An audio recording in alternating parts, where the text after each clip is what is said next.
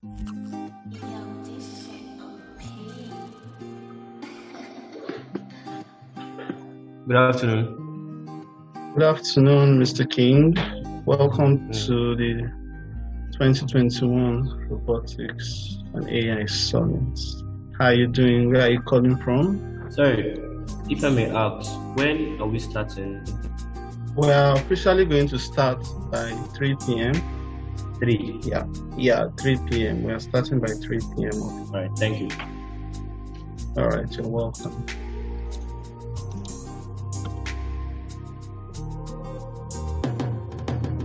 So we'll be starting right away. I'd like to know how many of us are in the meeting already. If you are already in the meeting, just indicate in the chat section. Just tell us your name and where you are joining us from the chat section. Just go ahead and type in the chat section. Let us know where you are joining us from. Welcome everyone once again to the 2021 Robotics and AI Summit. We are so glad to have every one of you here. Like I said, as you join in the chat section, just tell us where you are joining us from. Okay, I can see Victor has joined us, Kemi Sola, James, John, Nehemiah Yusuf from Kaduna. Thank you very much for joining us. Okay, we also have Opeolua from Ibadan. So more are joining. Let's just give some few minutes, some few seconds, and then we will officially kick off with today's business. So for today, we are going to be having a lot of, we're going to be having our technical session today. Like we start off from yesterday. Yesterday was more of an introductory session that we had. We had quite a number of dignitaries that were giving us some very critical points regarding, some of the issues that robotics and AI education especially faces in Nigeria. So, so yesterday we had representative from the DG of NIDA, representative from the First Lady of Ondo State, who is also the founder of a foundation that focuses on, developing the girl child. And we also had representative from, we also had the NAPS president, and we also had a professor of robotics from a US-based university, and it was really a very, very intensive session we had yesterday. And I believe a lot of the attendees had a lot of takeaways from yesterday's event. So for today, focusing more on the, the technical aspect of what we are discussing. So as a recap of who we are a team of professionals in the STEM fields that are very passionate about, bringing the reality in STEM and robotics education to, to the grassroots, and then ensuring that the future of our nation is secured in terms of the incoming fourth industrial revolution. So as if you were around yesterday, I think one of the speakers from NICTA, he was talking about the need for every Nigerian child, the need for them to be exposed to robotics and AI in their as part of their educational development. So, and that point was also deepened by the professor from the US that also gave a presentation, Dr. Carlotta Berry. She spoke at length about her programs and what she's doing, in reference to bringing. Hello everyone.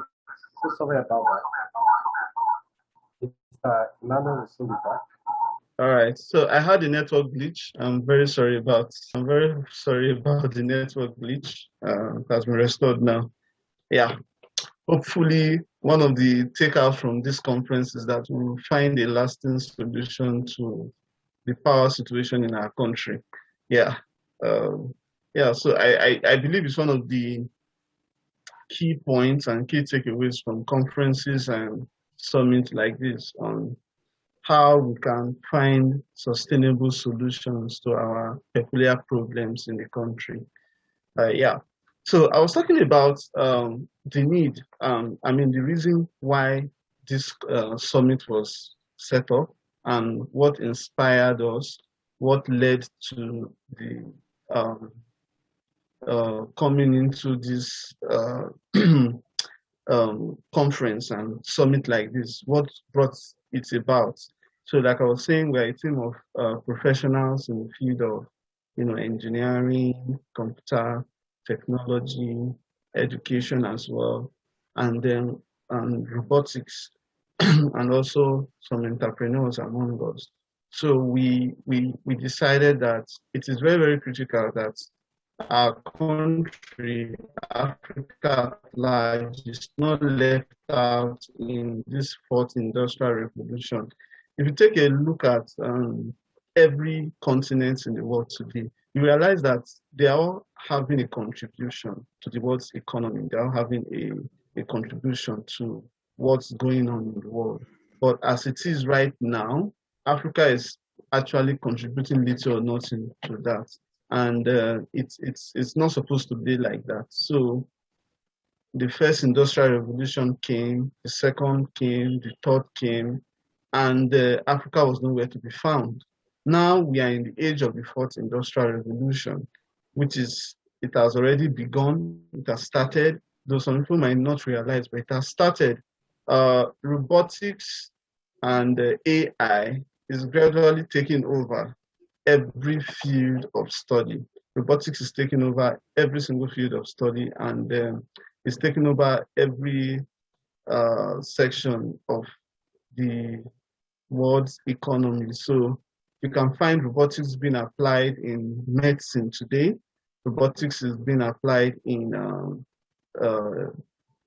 manufacturing, in education, in virtually everything you can think of right now has a robotics or an AI application right now. And it's very, very important that it's very, very important that even as we transit into this fourth industrial revolution, Africa is also going to be affected. And if we are going to be affected, it's important that we are also part of the contributors to this technology. Peculiar examples are, I'll still refer to the speaker from yesterday, Dr. Carlotta Berry. She was talking about a situation whereby certain facial recognition softwares could only recognize, could not recognize particular persons of color. Why? Because of probably how the persons that developed it, and it was really it's really an issue. So it's important that there's diversity in development of technology of this sort. All right, so we're going to be having quite a number of speakers today. Before we started, I was showing us a rundown of activities that we'll be having today. I was showing us a rundown of activities. If you can see what I'm sharing right now, you can see what I'm sharing right now. So we'll be starting with, of course, the overview and recap, which is what we are doing right now. And then we have a technical presentation. We just dive right in. A technical presentation from Stout Nice. So we're going to be having a presentation from Stout Naismith on the impact of STEM curriculum with respect to new skills. We're also going to be having another technical presentation from Matthew Omotosho. So please, for our guests, I would just like us to just indicate on the chat section if you are around so that we can recognize that you're around. Just indicate on the chat section that you're around. We're also going to be having a brief remark from the National President Absin, and then followed by another technical presentation from Ernesta Nemenis, uh, then followed by technical presentation from Taiwo Akinsheye. Mr. John is supposed to do a technical presentation on education for digital, what education is to the digital native. But I believe this topic has been trashed uh, rigorously yesterday. So we'll just, we'll just keep that for now. I think we want to focus more on how can we get into the robotic realm. So we dive right into how learners currently interact with robotics and AI by Dr. Lushola Ayola, and then a final technical presentation from Jerry King. Now, I would want to urge every one of us, please try and stay till we are going to be having this final technical presentation from Jerry King. Jerry Wang is very, very important. It's going to be a critical session because it's going to be introducing us to some key resources being used today in robotics and some particular resources that we can easily lay our hands on as concerning our peculiar situation in Nigeria when it comes to funds and you know uh, having access to robotics kits and tools that are very, very affordable. So Mr. Jerry Wang will be taking us through that session. So I urge every one of us to please try our possible best to be around, to be available. So promise that it's going to be a wonderful time here today. Yeah, it's going to be a wonderful time here today. So it's already about time for our first technical presentation by Mr. Stout. Nice meet. Yeah, so it just indicates that it's around. So please, with Mr. Stout, Nice meet is going to be taking us is going to be taking us on impact of STEM curriculum with respect to new age skills. All right, so we're going to be starting that in about a few minutes. We're going to be starting that in a few minutes, right about now. So please, I'll urge every one of us that throughout his technical presentation, please take note of any questions whatsoever you may want to ask him, and then just drop it on the chat section. We'll ensure that we attend to that. Any question that you want to ask, any particular question you want to ask, please do drop them in the chat section, and we'll ensure that it is read out for you. Thank you very, very much. So, okay, so, all right, so Mr. Staff, nice to meet. Thank you for joining us today. We are so excited to have you among us. It's really an honor to have you join us in this wonderful occasion. I believe you have a lot to share with us, and we would like to just dive right in. If you can hear me, can please go ahead, Mr. Staff. Nice. Please, you can give an emoji, showing a clap or something as we welcome Mr. Stuart Naismith. Please, I'm sorry if I didn't pronounce your name correct. Yep, Stuart Naismith. Yep, you're spot on. Well, thank you for having me speak at the summit today. So I'm just going to get right into looking at what the impact of the STEM curriculum is with respect to new age technology. So as we all know, the world of technology, it's constantly shifting, changing and improving. I'm old enough to remember not having internet in the house and then using dial-up internet before I got broadband when I was in my late teens. And then last year, less than 20 years after I got broadband, a teacher joined my school and she'd never known life without broadband. I remember as a child watching the Star Wars films when they were remastered and thinking about how cool these robots were. And to me as a child, that was a vision of the far off future. And then just this past week, I've been amazed to see the robots from Boston Dynamics doing parkour and doing flips. And then only 20 years after I bought my first mobile phone, which was a large, cumbersome thing, which only had text and call functions available, now most of the primary children that I teach have smartphones. So they have amazing, powerful computers with all the world's information held in their pockets.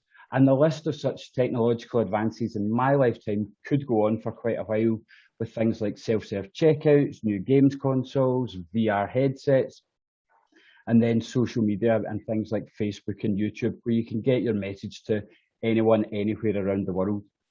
Now, while YouTube has helped me further my abilities to provide STEM education through producing my own videos, what impact does technological advancement actually have when it comes to STEM education? Well, first, I'm going to clear up some myths about STEM. Myth number one, STEM is not simply about teaching children about science, technology, engineering, and mathematics. It's about allowing pupils to engage their brains in new ways of thinking, engaging with problem solving, and drawing on creativity to develop solutions. It's about teaching a process of planning, developing, testing, analysing, and then revising processes to continue to develop skills and knowledge. Running through all of that should be engagement with the real world applications of STEM skills and the careers that are associated with STEM. Myth two is that STEM does not come at the expense of other subjects. It is cross-curricular. For example, pupils should be encouraged to write up their plans, methods, results, and conclusions. Research has shown a link between STEM education, literacy skills, and language learning. I was recently lucky enough to interview a founder of a STEM education company who moved to America unable to speak any English, but through engaging with other pupils on STEM topics, he was able to pick up the language when they were having to discuss their plans, and that really helped him learn English. So there is a connection there between STEM and language learning. Myth three, STEM is not only for certain types of people. For a long time, STEM has been dominated by males, and in the West, it has been particularly white males, as it used to be seen that STEM wasn't for females and there weren't equal opportunities for different ethnic minority groups. This is a tide that's been turning, with more prominent females and ethnic diversities in public STEM engagement and campaigns to promote STEM as being for all people. Myth four, STEM education only happens in the classroom. A lot of STEM learning can and does take place at home. Technology has made it possible for me to produce my own STEM videos with experiments that people can and regularly do replicate at home. And there are various mobile apps that can be accessed for STEM learning at home. And myth number five is a lot of people think STEM is only for older students.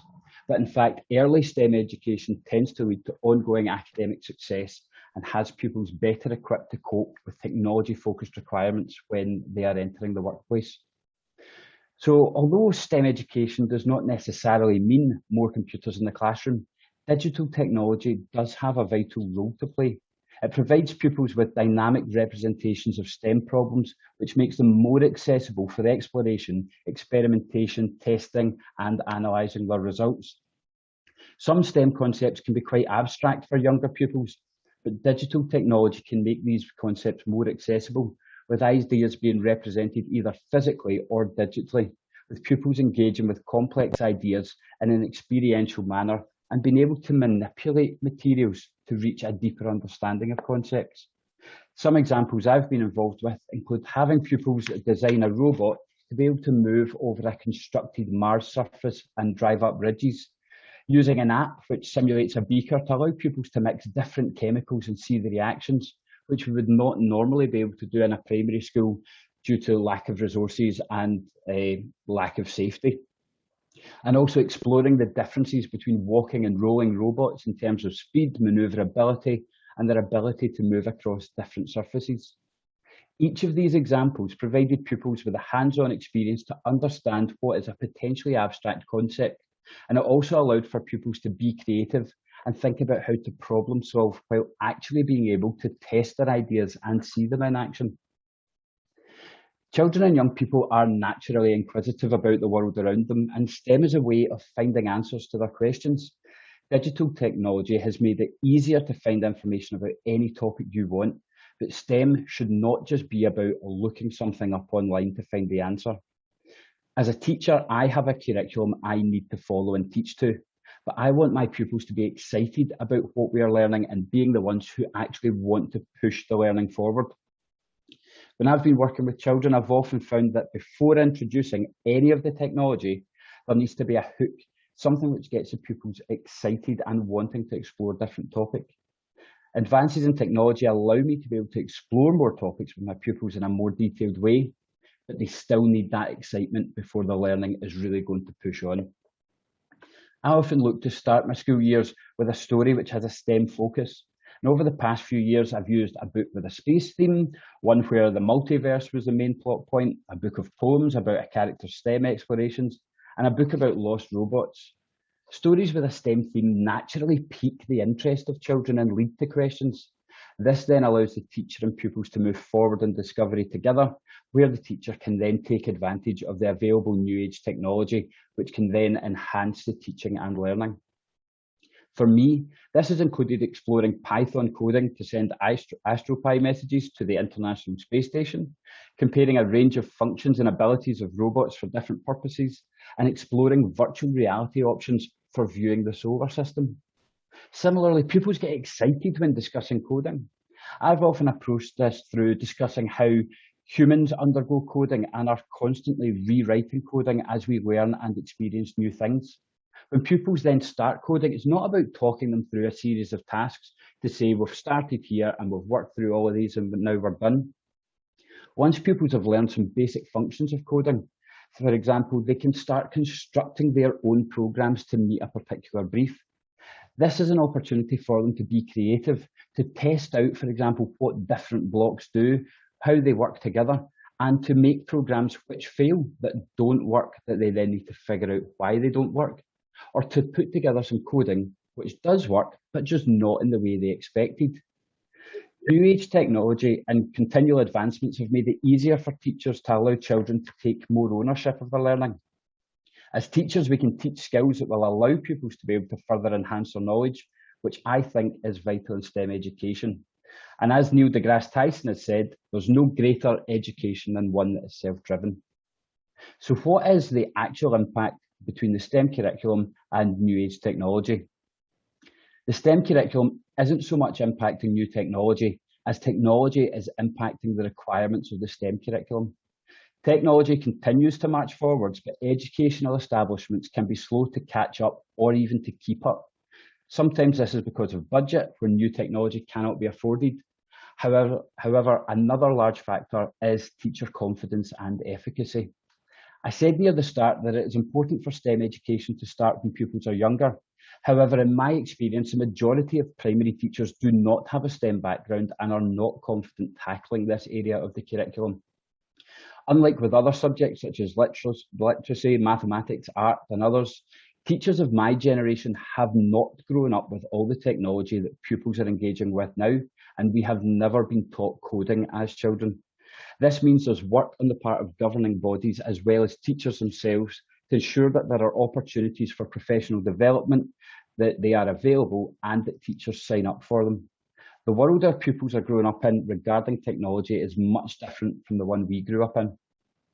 There is demand from industry for employees with technological skills. However, there is not the supply to meet this demand, and education has lagged behind in developing these necessary skills. There is some ownership here to be taken by businesses as well to work with local educational establishments to foster links between the classroom education and workplace skills, developing meaningful activities in a mutually beneficial partnership. which exposes pupils to the real world of STEM in the workplace, while being able to explore and learn in a manner which allows them to be creative and develop their skills. New age technology is allowing me to not only bring experiments into people's homes, but also to interview people working in STEM careers to start fostering these links between schools and STEM careers, allowing pupils to learn about where they can go on their STEM journey and what is open to them. However, the way technology keeps marching forward, the STEM careers our pupils are moving into may not even exist today. The STEM curriculum needs to make use of the enhanced technology it has at its disposal just now to foster an excitement and interest in STEM within pupils. It should allow pupils to develop their creativity and problem-solving skills within real-life contexts and engaging with abstract concepts in a meaningful way. With an increasing STEM skills gap in an ever-growing market where demand for STEM skills is higher than the supply, it is important that as educators, we equip our young people with the skills they require to succeed in their professional lives as well as in their academic lives. And that's me. So thank you for listening, and I look forward to taking any questions that are put forward. Yeah. Thank you very much, Mr. Stout. It was a very, very wonderful discussion with you there. We are very, very grateful for that. All right. Yeah, so I believe we have a few questions. We just take like 1 or 2 questions. For the purpose of time, I would suggest that anyone that has a question, just place it on the chat session. I'll read it out to Mr. Stratz, and he's going to just respond very quickly. Any question? Anyone that have a question, just place it on the chat section. You can just place it on the chat section. Okay, so we have a question from Mr. John. Mr. John is asking, what's the appropriate age for STEM? I think what is meant to ask, like, at what age can a child start STEM education? STEM education can start as early as nursery, from what I've seen and in my experience. It just depends how you approach it. So children naturally try and build towers, for example. That's them exploring engineering, and that creativity with the building towers needs to be encouraged. How can you make that building taller without it falling down with their cubes? So then they start thinking about different ways to do it. That is STEM education. So from nursery, it can start. I've done coding with children as young as 5, block coding. Now with that, it is a bit more me giving them an instruction and showing it on a smart board so they can see the blocks moving, but they can also then take that and be creative and make their own programs. It's just about how you talk with children about it and how you encourage that creativity. But children are naturally inquisitive about the world. So STEM education starts as soon as children start getting inquisitive.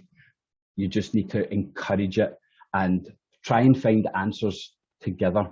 Too often, I think children might ask a question like, why is the sky blue? And parents will say, because it just is. But no, there's a science reason. So discover it together. Sorry, STEM education can start as early as possible. I think that's very key. So someone else is also asking, so I think that will just be the final question. Say, how can one correlate the old STEM curriculum with that of the new age? I believe he's trying to find out, like, are there different STEM curriculums, or is there a standard STEM curriculum even to start with? And how can we, if there's an old STEM curriculum, how can we correlate it with the new age skills? Yeah. So in Scotland, I'm not familiar with curriculums in lots of other places. In Scotland, our curriculum, our STEM curriculum, has been updated to include the mention of coding, but there will be something in any STEM curriculum that will have something with regards to technology and education, since it's in the name. There will be a way to link that to more modern technology. It just depends how you have how you decide to apply it without having seen a STEM curriculum which doesn't explicitly not include coding or robotics or anything. I can't give a better answer to that. It's just trying to find the links, even if, as I said in my talk, STEM is cross-curricular. If you can find a way to link your robotics into mathematics, there are robots like Sphero, the rolling ball, where you can code it to draw a square. Well, do a maths lesson on shape, and they draw shapes using robotics. There will be a way to link STEM into most other areas of the curriculum. Thank you very much, Mr. Stuart. I believe I'm improving in pronunciation of your name, right? You are, and thank you very much again for having me and listening to me and for putting those questions forward. It's been a pleasure to speak with you all today. Yeah, thank you very much, Mr. Stuart. All right, so up next, we're going to be having Mr. Matthew Omotosho. Is going to be coming up next in the next few minutes as well. So just like we did in Mr. Stuart's session, I'll suggest if you have any question at all, just try and add it to the comment section. Try and add it to the comment section, and would ensure that we send it. We'll ensure that we read it out to him. Yeah, Mr. Matthew will be coming up next. So, Mr. Matthew, I hope you're present with us. So glad to have you join us this afternoon, this hot afternoon. We are, I believe everybody here is eager to learn. And in case you are just joining us, Mr. Matthew will be talking to us on challenges facing STEM, robotics, and artificial intelligence in Nigerian schools and the way forward. So fine, we've gotten the perspective from Mr. Stuart concerning, an overview of curriculum and STEM education. So we're going to be looking at what are those challenges that currently we are facing now in Nigeria respect to adopting STEM education and robotics and AI.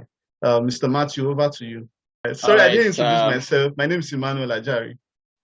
Okay. Thank you, Mr. Emmanuel. And respective distinguished speakers and distinguished audience, I greet everyone. Good afternoon once again. And I am Matthew Omotosho, of course, as rightly mentioned. And I will be, let me see, to save our time, all protocols duly and respectfully observed. I will be here. I'm glad to be here. It's my pleasure and my privilege to be here to actually speak about the challenges facing the implementation of STEM, robotics, artificial intelligence, coding in Nigerian schools for our students. All right. Truly, we are all clamoring for transformation in our country, in our nation. But may I say that there's no transformation anywhere without the requisite technologies in place. And as a nation, if we claim that we have the technology on ground, do we really have the control over it? If we also claim that we have the technology and we have the control, what about, do we have the rudiment developmental skills in our students in Nigeria? Obviously no. All right. So we as a nation of over 211 million population, the 7th most populous country in the world, and the most populous country in Africa, which also implies that we have like the 7th most populous students in the world. And we can also, by that fact, also assume or conclude that we have the most popular students in Africa.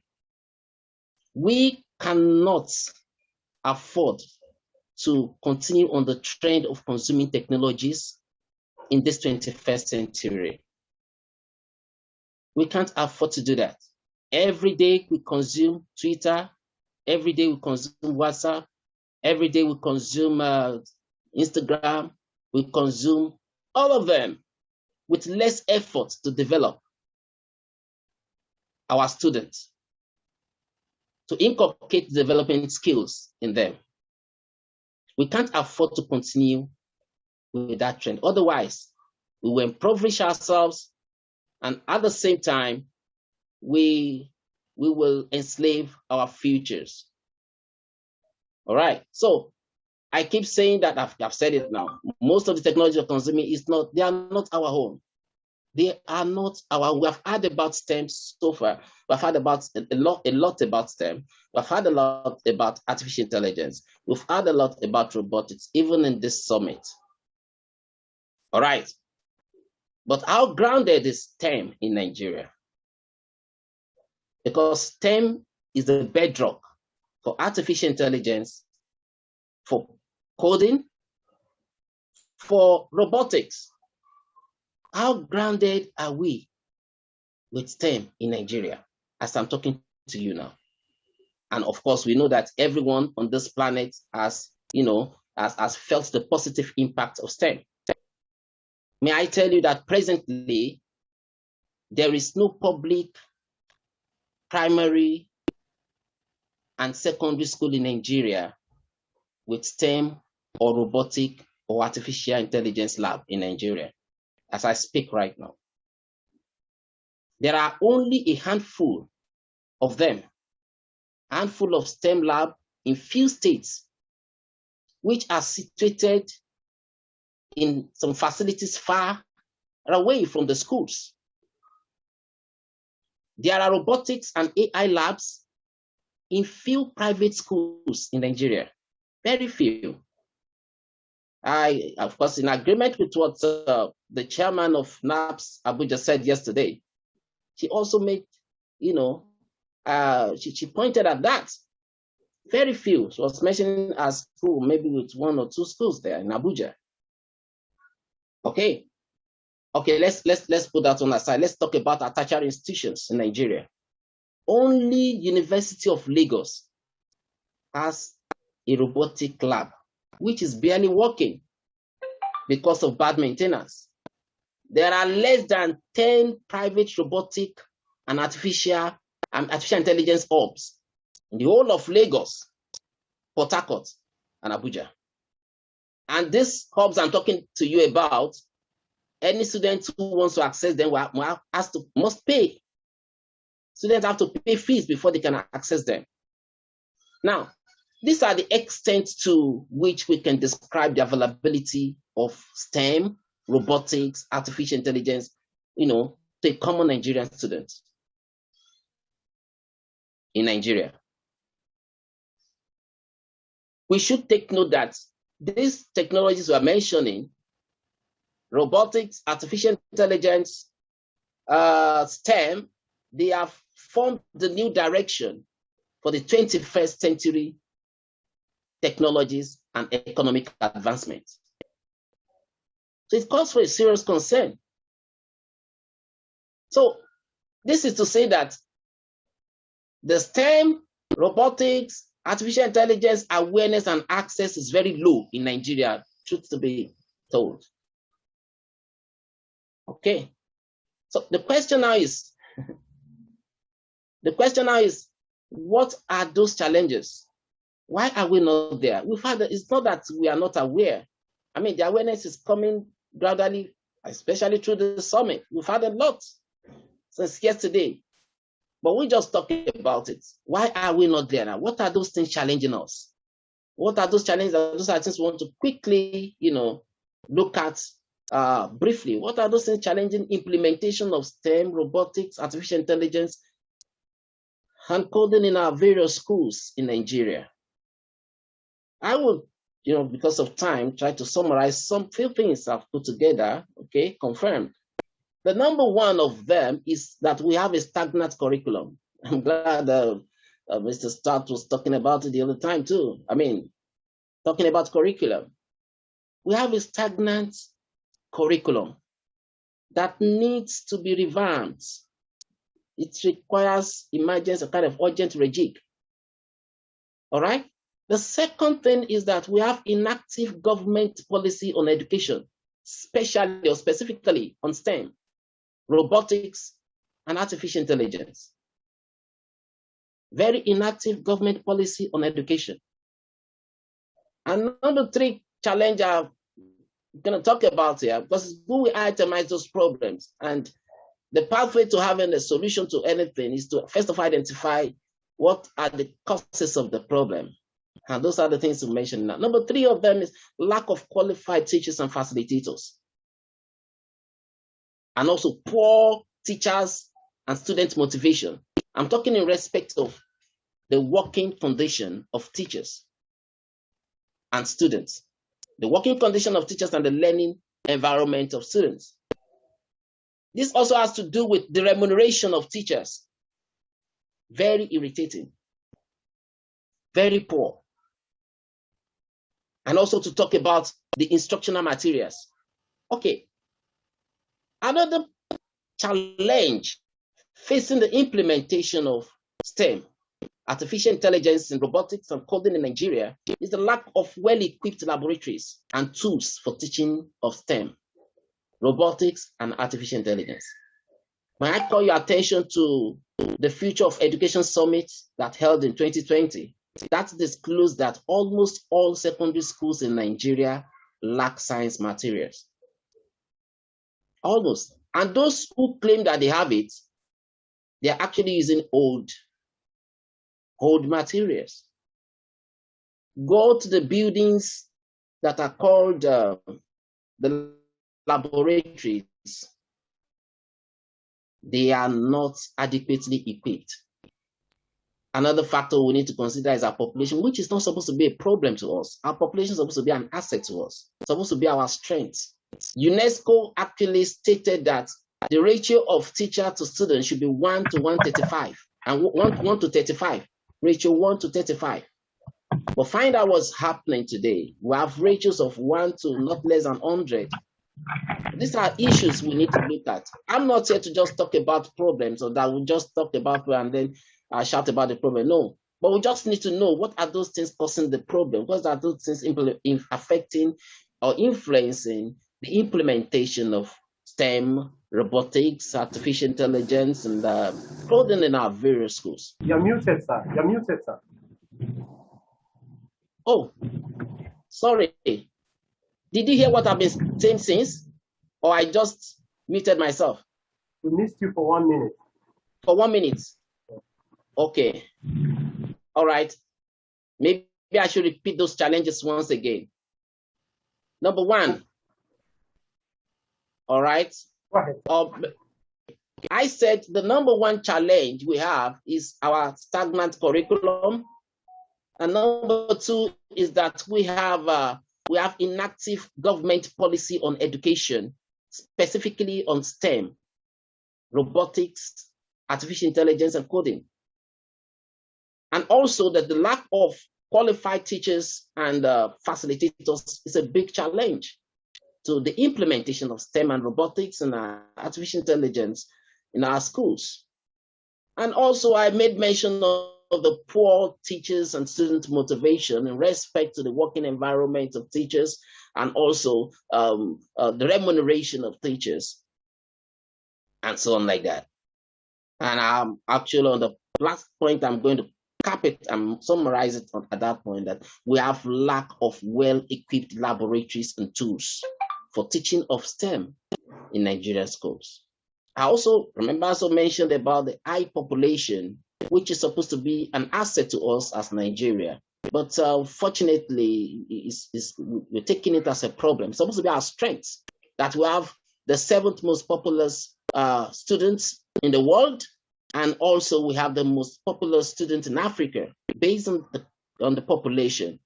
This is supposed to be an added advantage to us, because I said UNESCO stated clearly that the ratio of students to teacher to student should be 1 to 35 marks maximum. But contrary, reverse is the case. So I'm talking about, let's look at the solution. What do we need? Basically, we need a practical and application-oriented curriculum. A curriculum that is designed and tailored towards solution, application. This is why I said that curriculum needs to be revamped. I'm glad that the ICT Director, Ministry of Education, was on this platform. I don't know if it's here too, but I'm sure it's part of the program.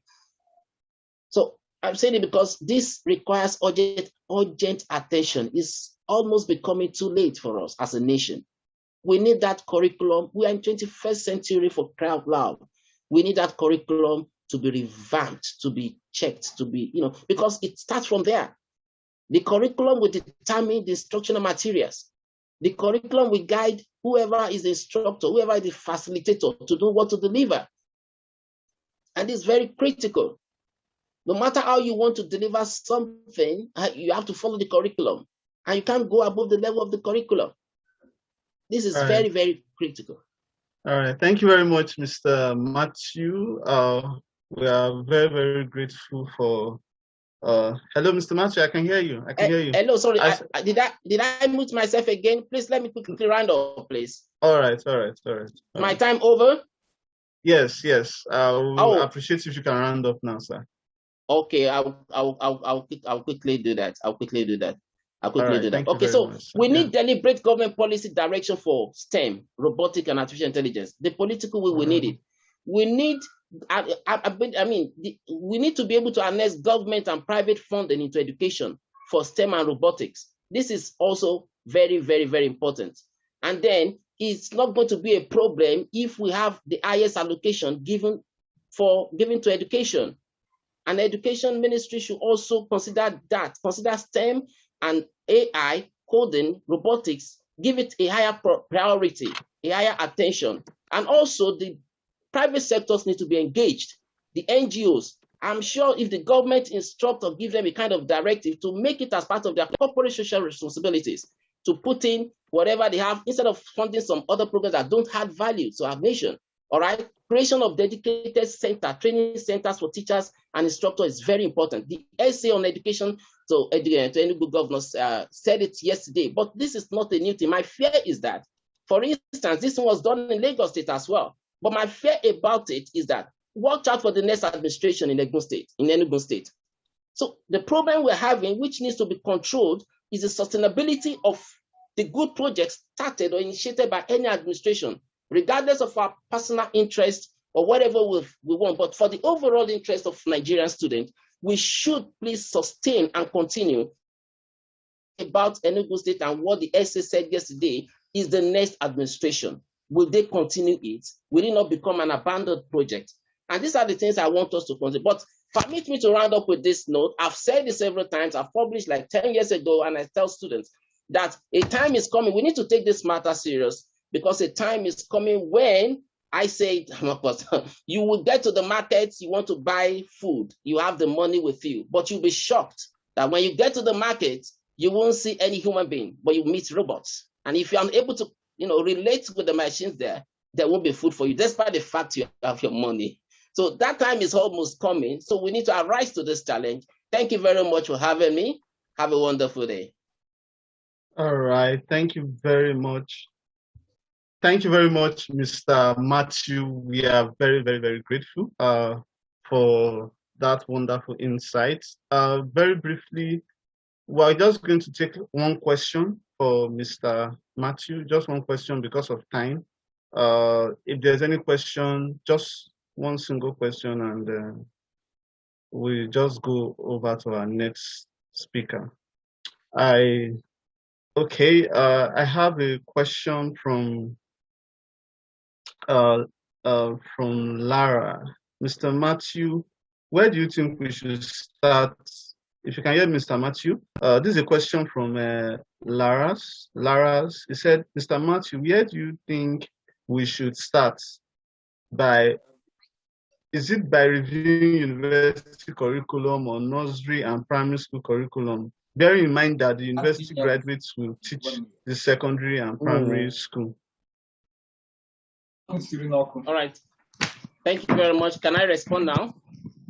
Yeah, go ahead and respond. All right, okay. You see, it's very important that because you can't give what you don't have. First and foremost, I think the colleges of education, the departments of education in our tertiary institutions, it will be a difficult task, too much difficult task for the government or the Ministry of Education to establish special institutes for robotics or for AI in those institutions, so that the teachers can learn and have the experience before going to the classroom to teach. So I think foremost, it should start from creating special institutions. This can also be done. I'm not saying that it should be done once. We can pick maybe setting up special training centers in maybe 2 centers in each geopolitical zone. Start up with that first. Have the trainers there to, you can pick all the probably computer or science teachers, bring them together there, give them that training. It can be a progressive training, or while they are in school, while they are still in the colleges of education or the departments of education in various institutions. We can start up with that. We have 6 geopolitical zones in Nigeria.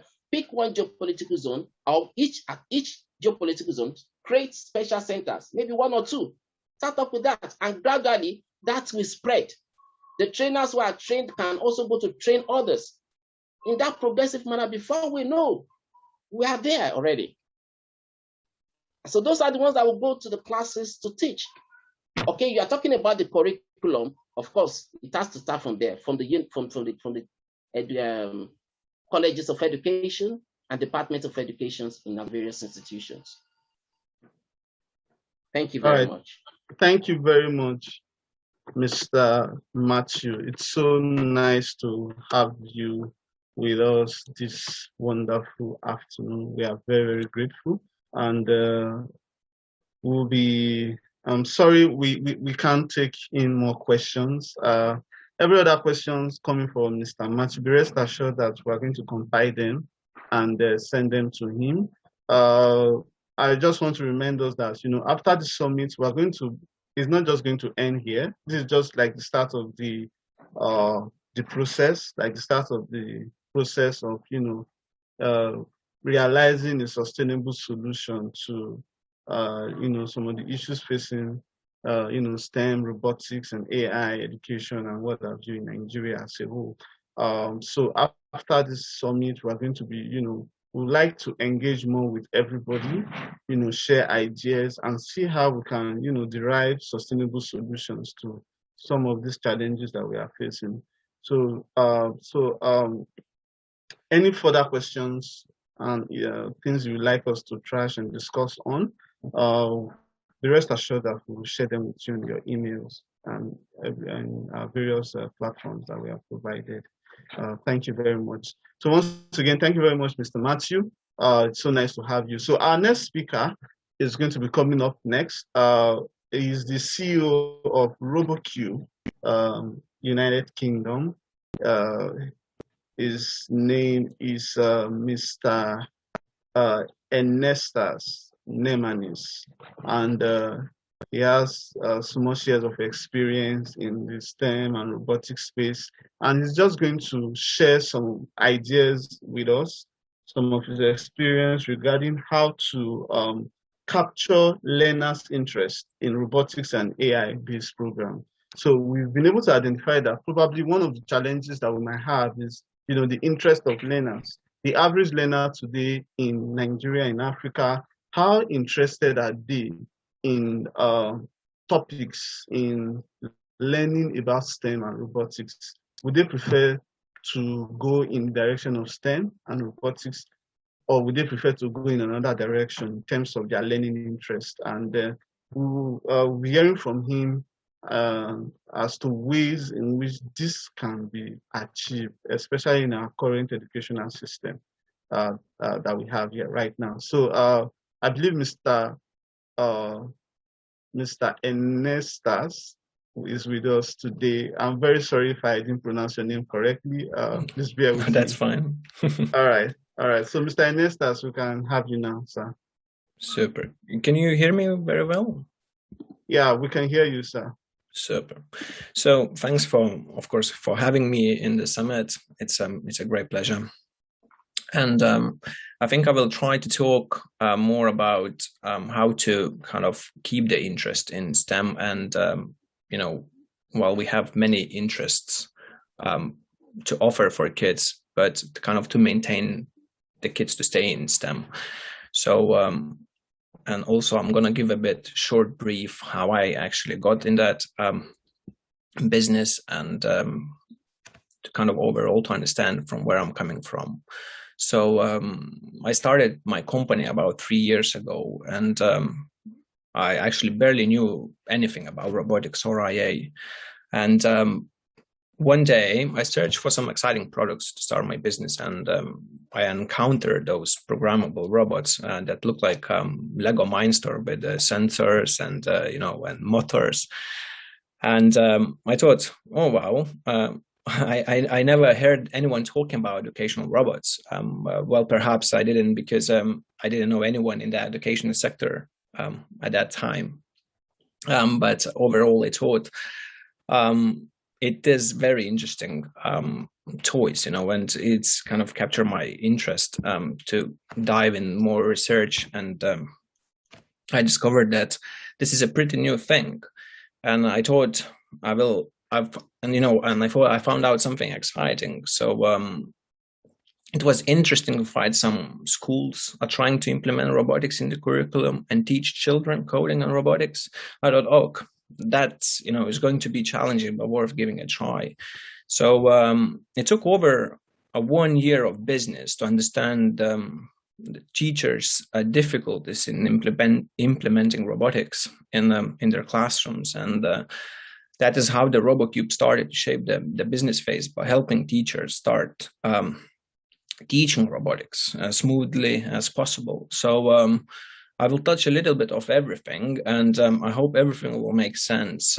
If not, of course, you can just ask me, and I will try to answer it. So as the organizer mentioned, the subject is how to capture learners' interest in IA and robotics.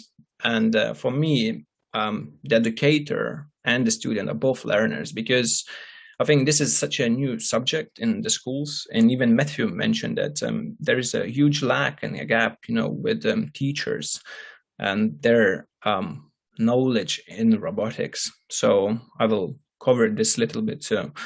Also, I will be focusing more on robotics because my business is built mainly around robotics. So I hope that makes sense. So in general, I'm very glad that more and more schools are starting to include robotics in their curriculum.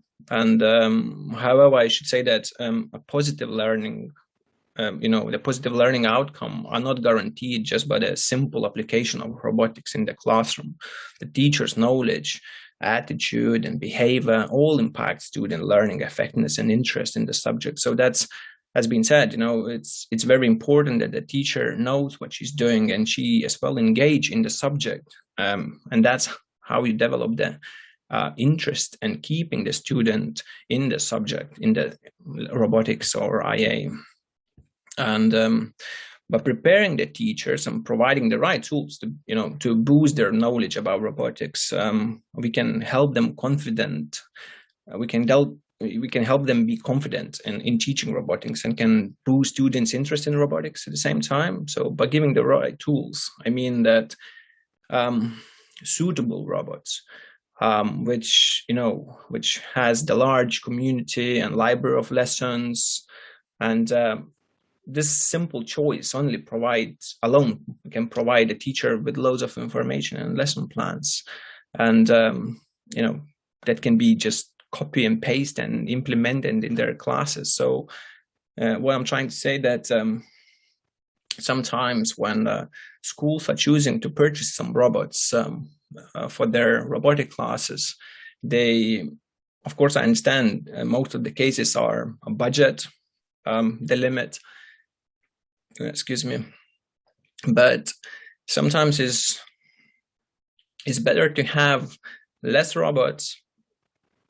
but a quality robots than a quantity, because I will talk about this a bit more later, but there are so many robots who actually are worldwide known, but they have so many struggles, and difficulties just by simple connecting them to your computer or uploading the programs, to run on the robot, and in many things. So you need to actually, already, when you have the new robot, you already need to start to debugging the robot itself. So all these things, you just can't set back the teachers, and so it's better to start with something good, with good apps, where the apps contains a lot of information, a lot of lessons, where the teacher can be supported by other teachers who are uploading daily all the information, exchanging all the what they're doing with the robots in their classrooms. And that's actually really helps to the for the teachers to kind of feel not alone in that all that big thing with robotics.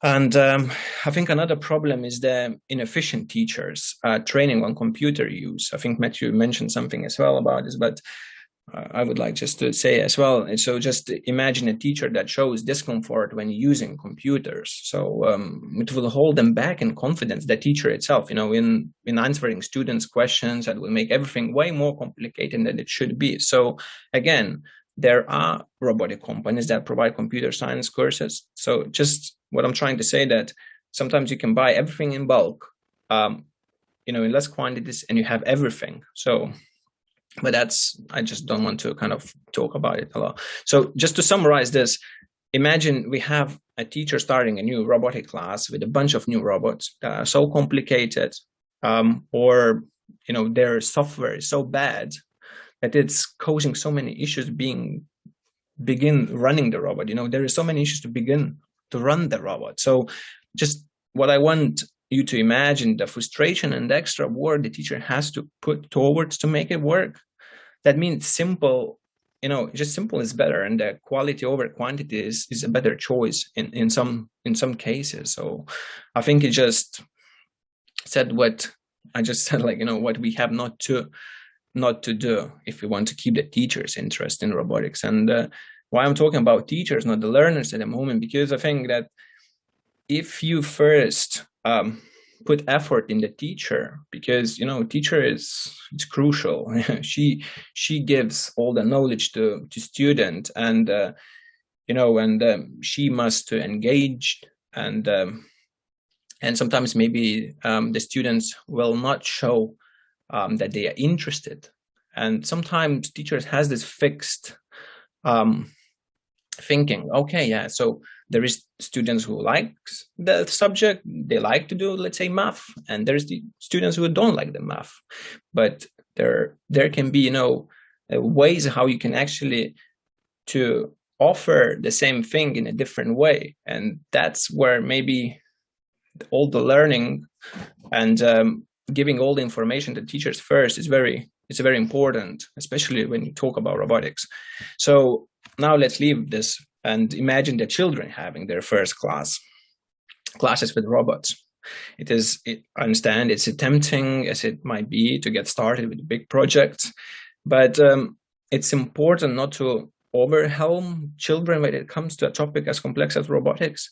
So some frustration is expected when learning something new, that's for sure, but it should not be so frustrating that the children gives up altogether.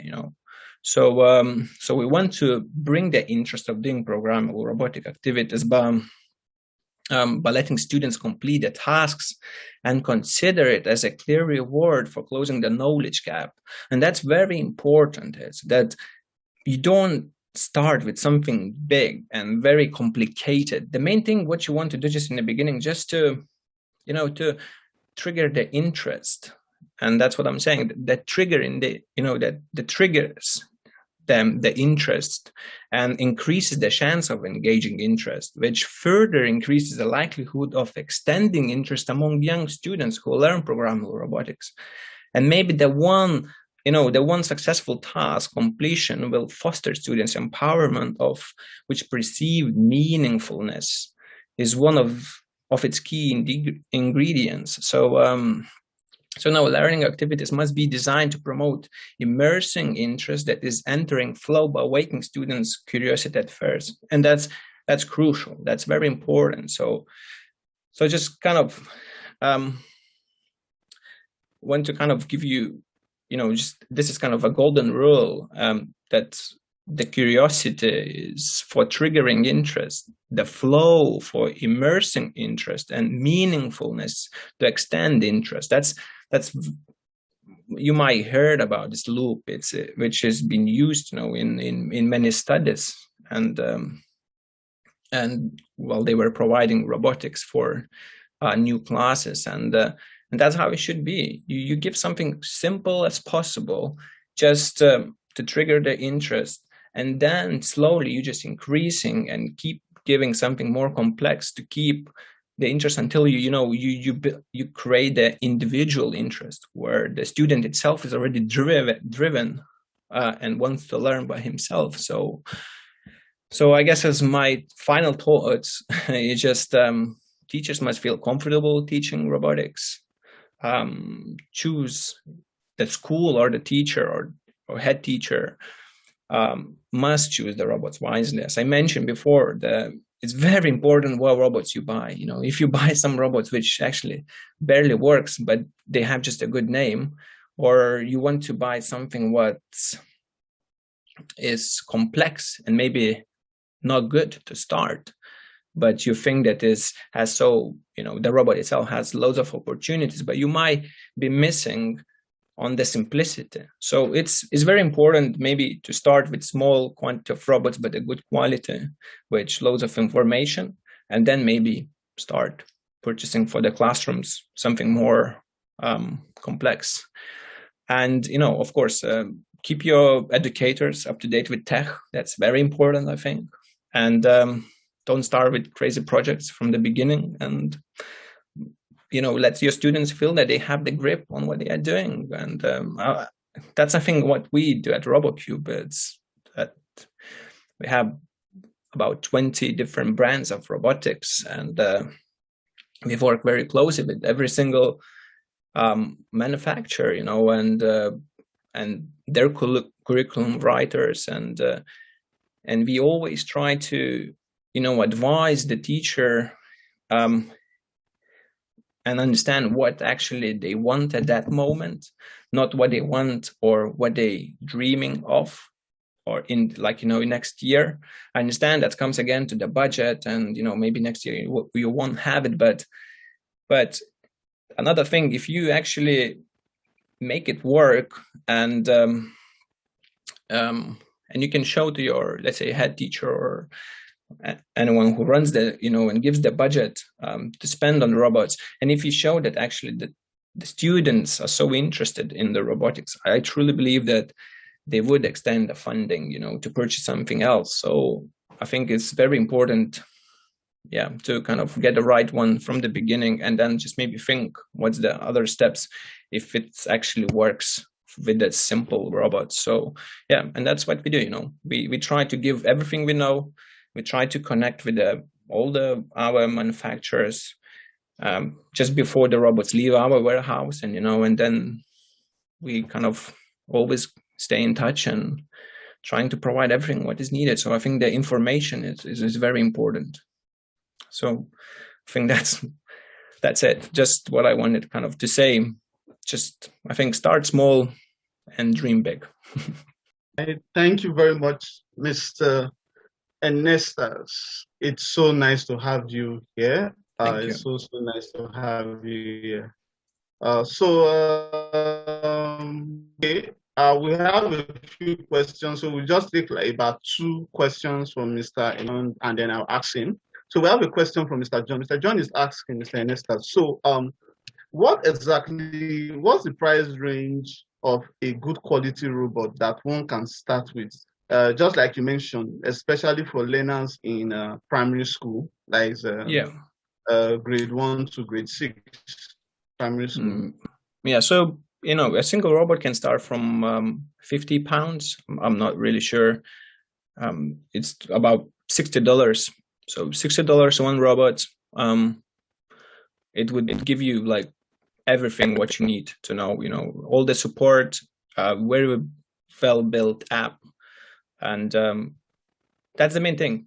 You must have a robot with everything what you want to get started. That's the main thing. That why, because we sell to households as well. So, and parents, most of the time, they think that if they will buy a robot for their kid, that's the robot itself will keep the interest, and they won't need to do anything, about it. So the kid just will play with the robot and will learn coding. But it's not like that. So that parents as well need to go through the apps, the lesson libraries, and everything just to show how everything works, and that's very important, I think. Yeah, but $60, definitely for $60 you can get good starter robot. Maybe not that complex, which you build and add loads of sensors, but it will do a task, let's say, from something if you need to get from A to B and some similar things. Okay, thank you very much for that. So I think the final question is coming from Udo Samuel. So just before I ask the question, so our first, our first speaker, Mr. Stuart, he gave us link to his YouTube channel. So I think we can, for everyone watching that would like to get further information, you can see it on the comment section from Mr. Stuart. Yeah. All right. So next question for Mr. Enestas. Sorry. So Mr. Enestas from Udo Samuel is asking, how do one get all the necessary tools and programs for a school? So we have an issue, sort of an issue in Nigeria in terms of having access to training materials and tools and equipment and softwares and what have you. So when it has to do with STEM and robotics, I think what Mr. Udo is asking now is, what are the possibilities of having an entire package for a school package, for example, where if parents cannot buy it personally for their children, how can a school obtain a school package that they can be using to introduce their students and pupils to STEM and robotics? Are we talking about hardware, or it can be software? Because I think everything, hardware, software. Yeah. Well, it's if there is no budget problem, you just come by, you get everything with the kit. So that's why we have special bundles for school. So everything is in one bundle, everything is included. All the starter guides, all the lessons, and everything you need to do, everything you need to get started. Also, you can buy on the side like science computer courses, which cost about maybe $250. It has about 15 lessons. And so it has the beginning for you to start. But also, let's say if you have a small budget or no budget at all, there are very cheap options. Let's say Wonder Workshop. They have everything virtual. You can actually code virtual robots with and they give you like loads of examples and lessons how to do it.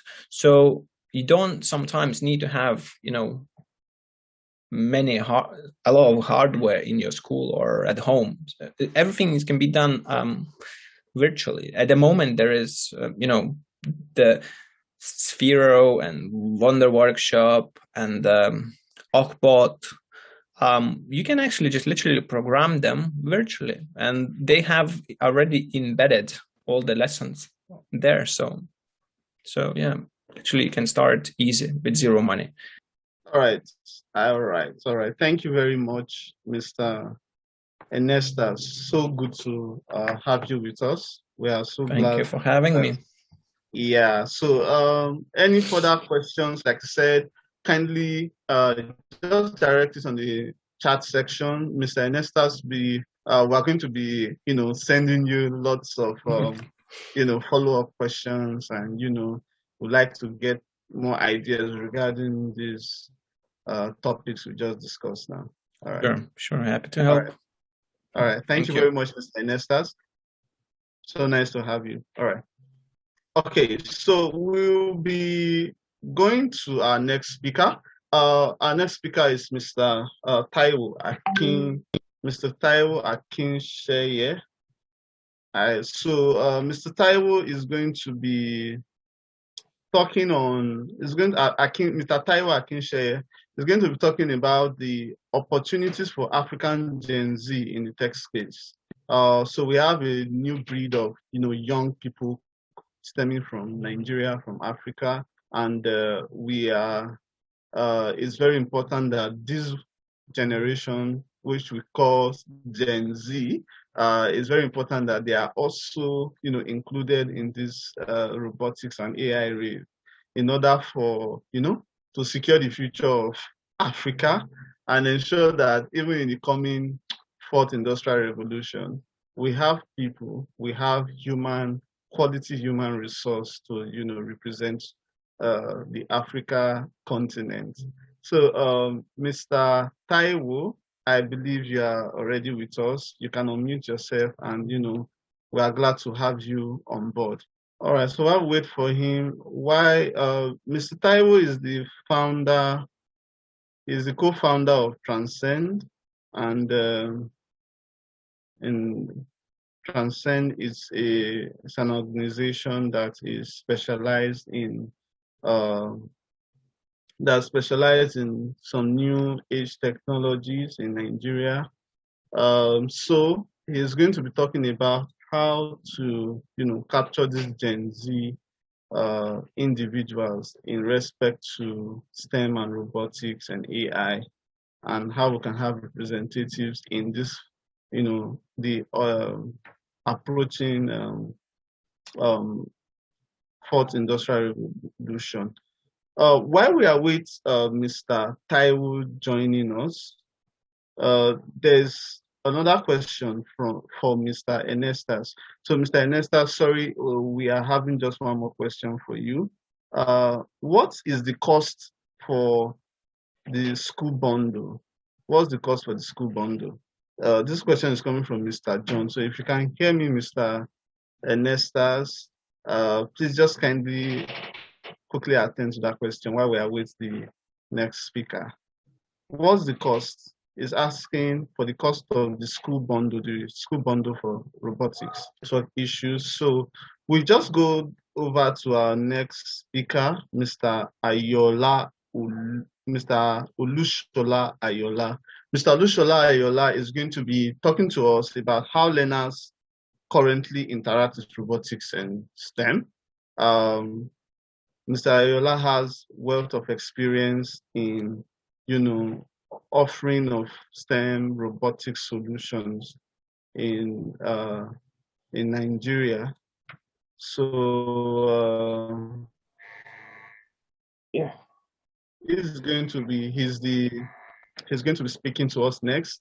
Mr. Ayola, please, you can go ahead with your presentation now, if you are with us. All right.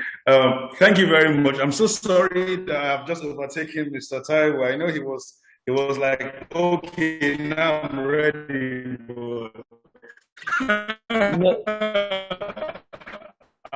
I've used some background politics, Don't worry, I won't be too slow. So here's the thing. My name is Dr. of Robotics and Artificial Intelligence Nigeria. So my background is basically what we do here. Students who come from, high school leavers or fresh university graduates or master's holders who want to advance their skills in our university system.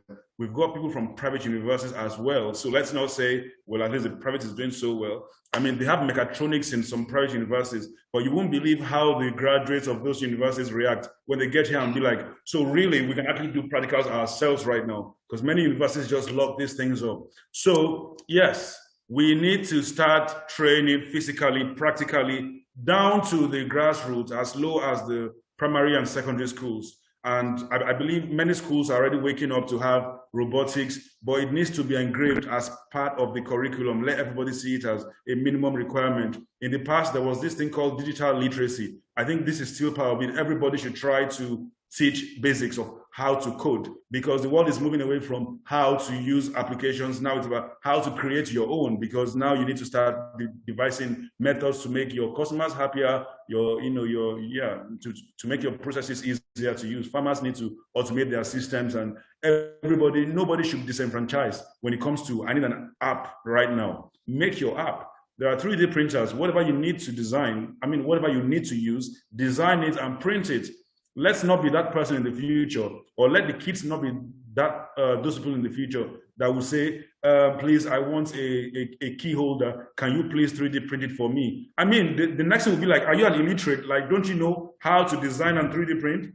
That's where the world is going. So we have to get our kids at level. So I agree that away from saying, let's train the university graduates, it's time to start training the kids as well. So at RAIN, what we do is that we have weekend programs. We also have summer programs for kids, and that's just to gel their interest. In fact, parents will tell you that, in fact, even if you're not going to teach them anything, let those kids just be within the laboratory. At least inspiration will come from somewhere, and they will know what to become in the future. But I want to just address about 5 things. Number 1, are we going to be teaching them how to be good consumers, or are we going to be teaching them how to be great inventors? One has to decide that. Why am I saying this? Sometimes we are tempted, for example, I'll start with drone now. Sometimes we are tempted to teach people how to fly drones, how to repair drones. Yes, but that just makes them, that could be a very fast tutorial. In 3 weeks, you are a good drone pilot, you are a good drone repairer. But do you now know how to create your own drone? Do you understand the complexities behind how the drones operate? So that is the challenge. Are we going to be teaching our kids how to be good consumers? If yes, then it's easy to just go ahead and buy some already existing robots and say, let's learn how to program this to do what it needs to do. But the angle we are coming from, which is the angle I prefer people to go with, is to train kids on how to be great inventors. What do I mean by that? Nobody is saying that we should not buy robots and show the kids. Like this is, for example, it's a jump vehicle. It can jump and then carry on moving. It's just here to inspire the kids. I'm not going to teach them how to control this to move forward and backwards. I'm just going to tell them, can you build this as well? And the next thing is, all right, let's learn how to design this on the computer, and let's learn how to create our own. This is another one. It's a dance robot. When they see it dancing to the tune, next thing is that, now, what do you think was used to make this? Figure it out. Get a servo motor, get an Arduino, and try it out. So we need to do that. It may be difficult because now you're going to have to teach them the basics of coding, the C++, Python. But at the end of the day, you are building inventors, not consumers. Secondly, we need to move from classroom-based learning to projects-based learning. Now, what do I mean? I have a background. I had my bachelor's degree, master's degree, and everything. And I cannot really say I can confidently remember the things that were taught in class. Nobody is saying it's not useful, but what I'm saying is that we will forget eventually. What we will not forget are the things we actually did. I'm talking about the final year project in school, or any other kind of research project, or your, what's the word now, Jet Club kind of project that you were involved in, that you made mistakes, that something sparked and didn't work again. These are the things we learn from. So education, especially in the area of STEM, must be extremely practical. Students must have projects in schools. It's okay to say, yeah, the community is terrible, we don't have power supply, we don't have water, and so on. But can we gather STEM students to at least build something that may solve one problem, just like we've seen about kids on their own developing solutions to community problems. There was a young boy about 9 years old that developed a solution to lions attack in Kenya by developing some kind of solar-powered light. So these are things that once you do that and your teacher says to you, no, do not use that kind of wire, it's going to burn, use the other type, and they try it out, it becomes part of their knowledge. They may not even remember where they learned it, but it's engraved. So projects-based, and that's what we are doing at RAIN now. We started with knowledge, with classroom-based, but we later figured out that people are not going to go back and read. Nobody's going to go back after spending 7-8 hours in your school and then go back again to keep reading. They'll move on and they'll forget. But why do you think students read for exams?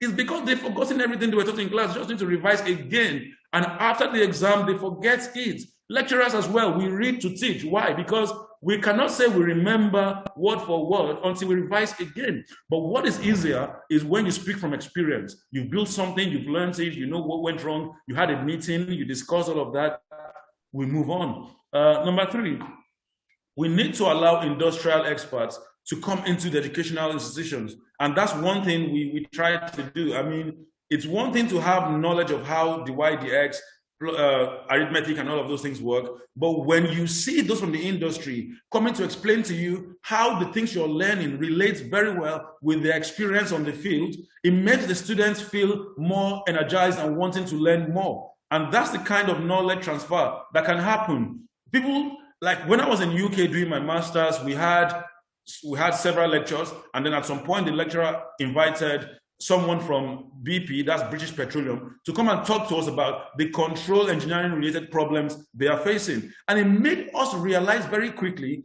that we have learned what will be needed to solve those problems. And these are the kind of knowledge that people in the school or in any educational system need to have, so that they would know their place in the society when they graduate. So at least they can talk about the real life problems and say, but I have the solution, and people will reckon with them. That's number 3. Number 4, we need to have more excursions. Let the kids go out, let the kids see things for themselves. At RAIN, for example, we've had many kids come here. We've had school teachers come here as well. In fact, earlier today, a school teacher came and he wanted to know what it would take for him to learn so he can teach his children in the school. And I had to break down the steps. I said to him, all right, this is an Arduino board, and this is a sensor, this is a buzzer or an actuator, and this is how we put them all together for it to work the way we want it to work. And he was shocked because for the first time, he was beginning to see practical electronics, how these things could actually work.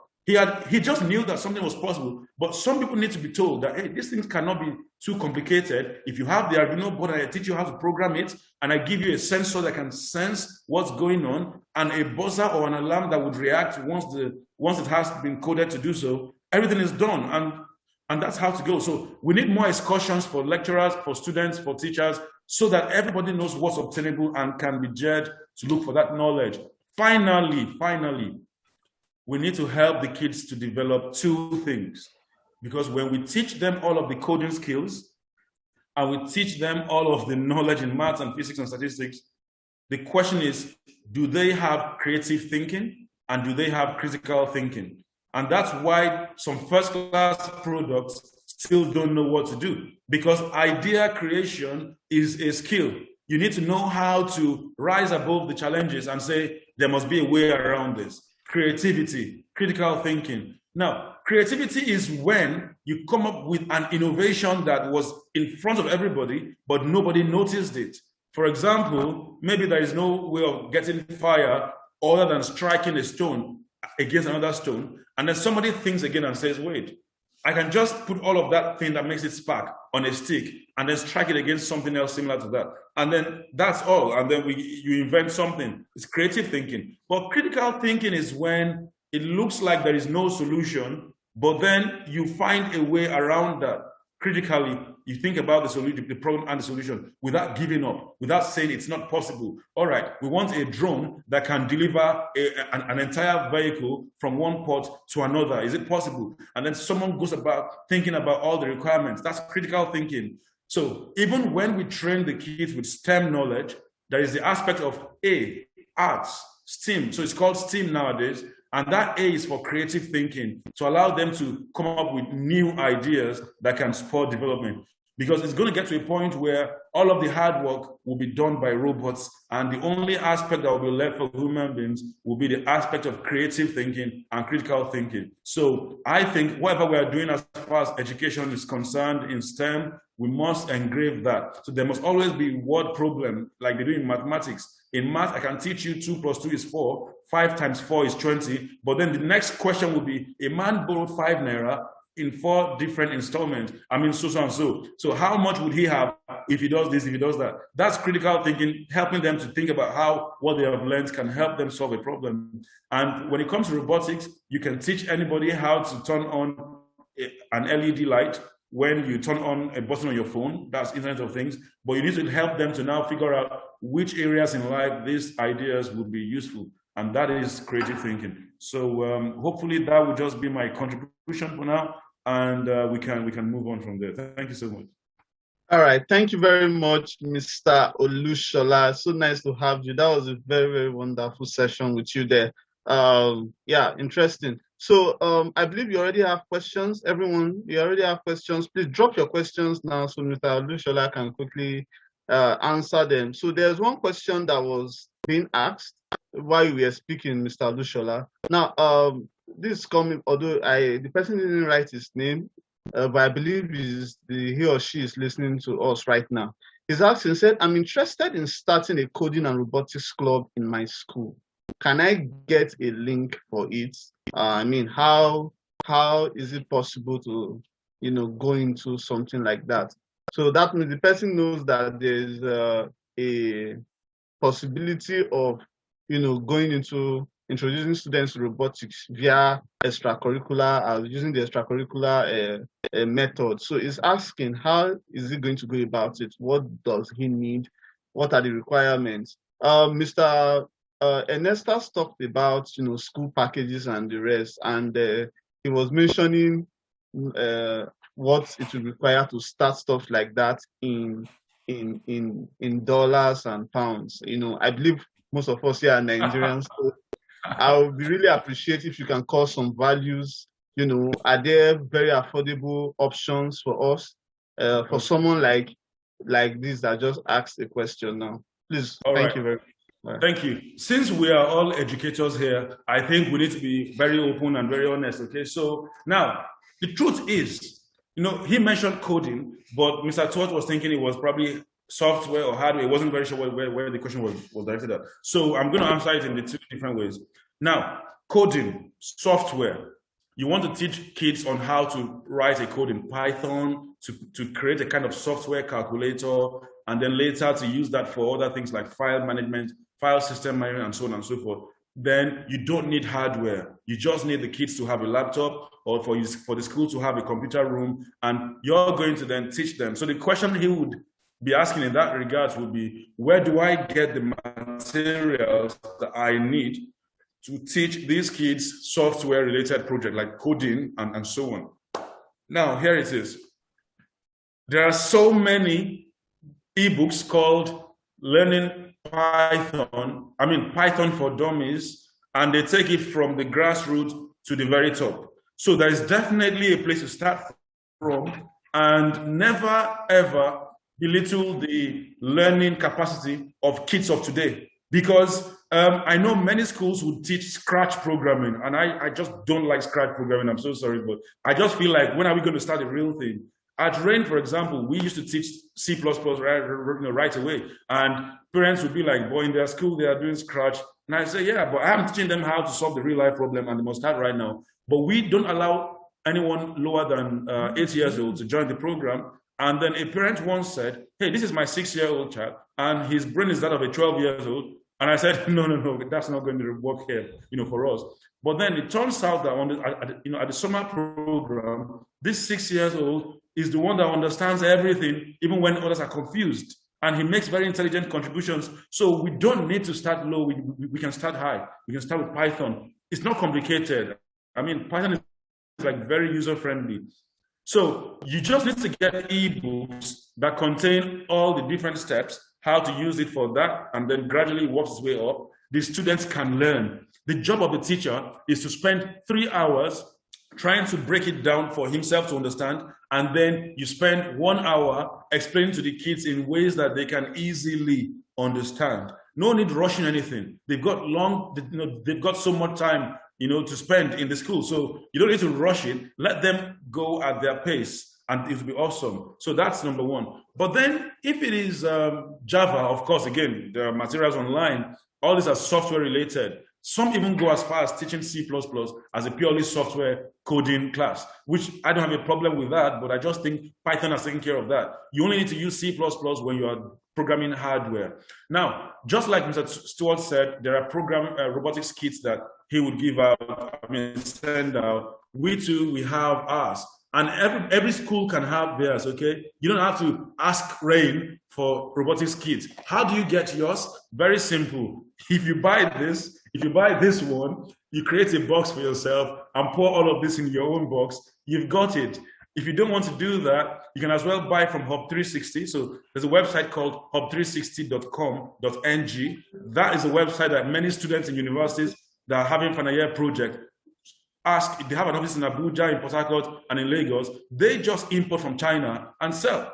So, for example, if you don't want to use Hub 360, maybe your school has so much demand for these things and you can as well import from China, all you need to do is go on AliExpress or from Rainfirst so that you will already know the constituents, what this box should contain.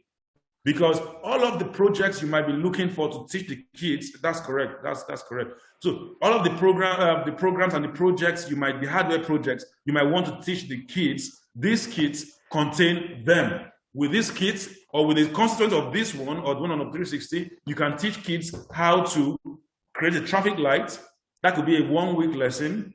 Then you can teach kids how to create a kind of automatic pumping machine that pumps only when the water has gone down. You can teach kids with a robot car how to track another car in front, or how to keep away from the obstacle, or how to sound a buzzer when you are reversing and you're getting too close to the wall. So many things can be taught. How to create a kind of temperature controller, or an LCD screen that displays temperature or humidity, and so on. Everything is in that kit. So how do you get yours? You buy it within Nigeria. In Hub 360, it will cost you about 12,500 naira to buy one complete kit.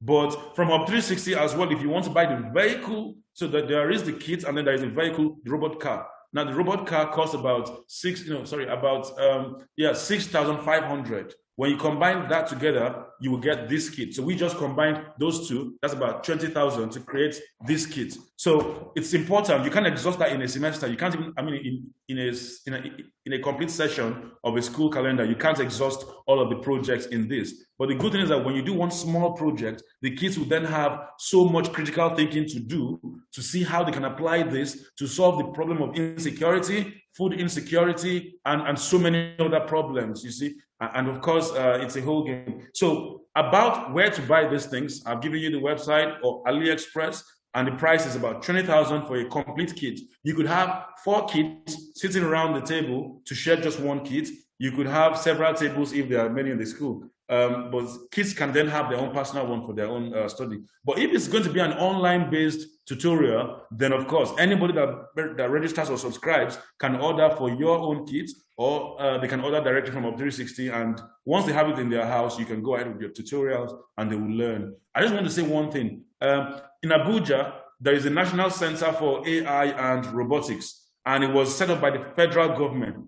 I want to only make a kind of plea. I know that they need to come up with something, a plan for that center, but I want to say that that center should also be in charge of ensuring there is enough supply of this kind of box or kits for all schools. Because if we are all going to order from AliExpress, I'm very sure AliExpress or whoever owns it will make tons of dollars from us. Why can't we, if we have a National Center for AI and Robotics, why can't we stock most of these supplies so that schools can just request for it, and then there can be a standard curriculum that, okay, these are the kits and this is the curriculum to go with, and everybody can easily move on with these things, honestly, because it takes several days to order anything from China nowadays. Yeah. All right. Thank you very much, Mr. Lushola. That was a very, very extensive answer. I believe the person that asked that question and every other person has been tremendously enlightened today. Concerning that. Someone is asking how can we build or locally produce these kits? I think you can just answer that quickly while we go to the next person. Yeah, I don't want to frustrate Mr. Taiwo now because I know he's been waiting. Yeah. So yes, we can build some parts. There are some parts we can build, but Go most ahead, of the ask parts, the question. most of I the was on that parts. Okay. So most of the parts we cannot. We don't have the facility. That's embedded systems. So embedded systems require some level of microchips and nanochips. We don't really have that in Nigeria for now, except in some few places. Other than that, we can do the physical, like this, the chassis for the robot car and the breadboard. No, not the breadboard. Sorry, we don't have that skill. I think in Nigeria we are still trying to learn how to build pencils, so we'll have to start from somewhere. All right, that's interesting. That's an interesting answer. Okay, hopefully we will get to the point where we can, establish a full manufacturing hub in Nigeria. I believe we are getting there. So next is Mr. Taiwo Akinshele. So Mr. Taiwo, please just jump right in and go straight to your presentation. Welcome on board, Mr. Taiwo. We're so glad to have you.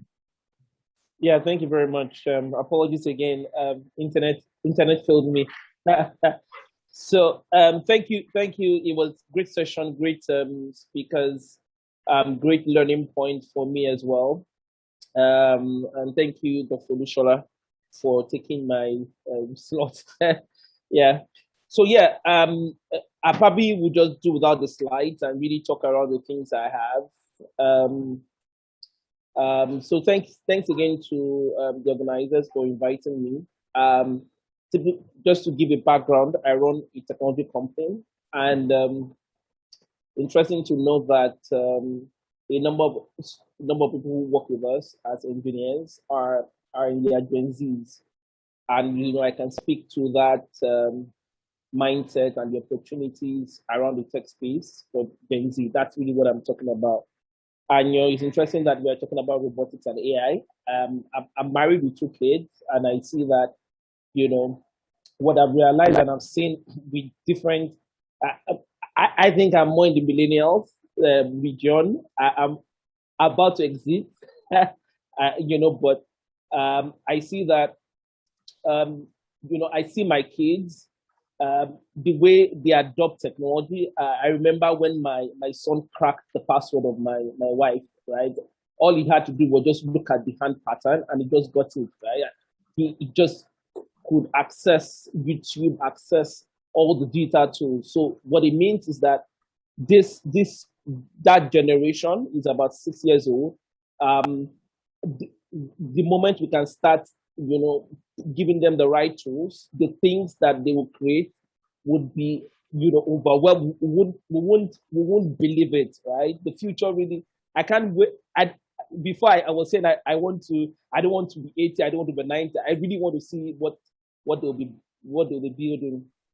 So I'll just jump right into it. I'll talk about there are 3 talking points for me. First is learning alternative and upskilling. I'll talk about what the jobs of the now and the jobs of the future. I'll talk, and last talking point will be about talking to builders and what are the things we should be solving. So yeah, typically that Gen Zs are people within the age of 9 to 26. There are a lot of disparity in terms of what the age range is, but just for the purpose of conversation, to make it easier, to the people from the age of 9 to 26 and what they should be learning now, right? I think that I think I was able to listen to Mr. Matthew and Dr. Lushola. I think that the learning environment should change. I currently spend a lot sending 2 kids to school, and what I've realized is that we have not changed from the second industrial revolution, right? Schools were built in a way that to cater for that revolution. So it was more like the manufacturing boom, industrial boom, and they were teaching people to really act in a certain way because it was more process driven. There was no need for innovation. There was no need for creating things. And so people in the classroom were taught because they needed jobs. So it required a lot of manpower to get things done. And that system of education has not changed. Maybe a little tweak in terms of Montessori and all of those, but that's really not solving the problem. And, talking to the teacher seems like the conversation seems to be like we want to make money. I was contemplating with my wife to get people of like minds to really even set up a school, right? Parents, if I'm spending this much money, hire new teachers, pay them, contribute, and just start a new school where we can really train these digital natives that are born, that have great grasps. Like Dr. Lushola was saying, they can grab C++, they have the ability to, because it's really in their DNA too. Those are the conversations. The learning outcome needs to change. And I'll talk about the few learning outcomes that they need to start. You need to, if you are a Gen Z, that you need to start thinking around. You need to start thinking around, we've spoken about robotics and AI, right? So upskilling in that area. It's glad to know that we have a number of silo schools like RAIN, like the ones that I'm hearing now, but it's still not. We don't have enough. We don't have even enough to help, especially the country as a whole, to compete, globally. Because I was opportune to be in a session with the CEO of PwC at some point. I'm in a training program, and what they said that in the next 10 years, what will make poor nations and rich nations. And when he did the analysis, if nothing drastically changed in Nigeria, we would further decline, right? Because the things that will be exported will not be oil or natural resources. The things that will be exported are the things that the fourth industrial revolution requires. And that will be the new export. That will be the new oil, right? Are we prepared? Do we have enough skill, to make our citizens productive for that economy, for that new economy? So I talk about robotic and AI. Design thinking, that's very critical, because you can have all the programming skill, and when you don't have design thinking in your engineering, you would probably innovate, but your innovation would not be would not really be solving a real problem. And it has to be enshrined in the way we teach children. I had to ask my wife to really do that research, and we started teaching our children how to think, do design thinking. So I'll give you a typical example. An example will be, how do you, instead of saying, oh, try and use your Lego to build a car, that's not design thinking. A design thinking will be, how can people move from point A to point B? So what my son just said, we can do a rocket, right? But he started imagining what we can do to move people from point A to point B, right? So that kind of problem solving, critical thinking is very important. These are the soft skill of the future, right? The soft skill of the future will not be how to speak Queen's English enough, but that's good. But the soft skill of the future will be problem design thinking and critical thinking. Sustainable design, right? How do we build in such a way that we can use what is available? There's talk around climate change, right? How can we build things that are sustainable, that are green, that can solve the earth problem? If you're into manufacturing, how can we make manufacturing less corrosive to our environment? Programming, science and physical computing. These are the skills of the future. Scrap to stuff. How can we take what we have in our environment currently? How can we put them together? And that's the reason I was talking to, why can't we build this thing locally? Why can't we look for things that can be an alternative and substitute to nano embedded, designs, like Doctor said? Why can't we find local solution to even global problems? Yeah, so those are the things I see. I'll go jump straight into the jobs of the now and the future. So what I realized is that, I was talking to a set of people, and I said that there are jobs, but the jobs that are available in the new economy, if you are trained in maybe around courses or around skills for the second and third industrial revolution, like you realize that there are scarcities of job. I worked for a company now, the head of product development, and the guy that heads the accounting unit is not an accountant, but he's a data analyst, right? He's in the revenue center, and at some point he became the head of the finance department. Yeah, and why? Because he had what the company needed was not really an accountant. What the company needed was someone who can make sense of financial data, right? So you would easily get a job if you understood BI, if you know how to use Tableau, or you know how to use Microsoft BI, than if you were just an accountant. Maybe you just probably know how to use QuickBook. QuickBook is also good, but if you can add, make sense of data, you would easily get a job. So the jobs of the now that are available, right, are jobs that are really helping businesses at this time. Yeah.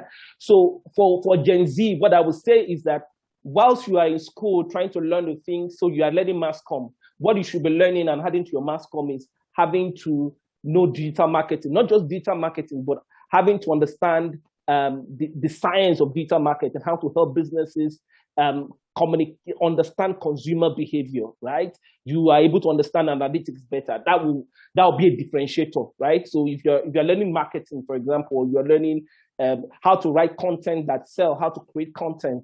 Yeah, so these are the things, these are the jobs of the now, right? So opportunities around data science, data analysis, opportunities around product design, right? I remember at some point I wanted to build earphones and headphones, right? That the sound was more of had more African feel, right? Rather than in terms of the texture and in terms of the design, right? And I was looking for product designers who could help, but I went to different universities, I was scouting, but there are very few, right? A lot needs to be built. If we don't have good product designers in terms of presentation, in terms of the user experience, it will be poor and people would not adopt it as quickly as possible, right? So these are the skills of the now, right? If you're a good product designer, you are getting the jobs of the now. Product design from a software angle, product design from the hardware angle. Interestingly, the jobs of the now, like I tell people, you may disagree with me, is if you can drive, right? If you can use Google Map, right? You really would get a job, right, as an Uber driver, right? So it just gives you the thought process around how technology can really create jobs, how technology can even really, if you're not employed, how you should start thinking of having to learn things around the things I've mentioned. Yeah, even programming as well. Yeah, I forgot to mention, right? I'll tell you a story of the two people that work with me. One of them just started 100 level. One of them is a full-time staff. He's 19 years old. Yeah, he has built enough skill to get hired, right? I didn't care whether he's just an 100 level student. I hired him, right? Because he knows React, he knows Node.js. I hired him, right? There was someone that I had to hire part-time because he had, a higher level of skill, and he's just 21. He's in National Open University 200 level. Today, he earns about 600,000. Yeah, he's doing freelancing for a US company. He's working for a Nigerian company, and he's just 200 level in National Open University, right? And he's just 21 years old. Yeah, and what he knows how to use React, he knows how to use Node.js, but he also knows how to scale, like using Amazon Cloud Services, right? Those are the, so you don't necessarily today need to finish your university degree before you start earning. And lastly, I'll talk about the jobs of the future, right? The jobs of the future, right? I'll leave it to the chat group. I probably want to see what people think the job of the future will be. In my thoughts, I think that the job of the future will be robots will now be our colleagues, right? And those who power them, like, will be working side by side with robots, right? We'll be going on lunch break with robots at some point. I think that remote medicine will be one of the jobs of the future. So surgeries, it's beginning to happen. Right from my house, I can actually conduct a surgery and begin to manipulate how the machine will work, and it would actually, really, really.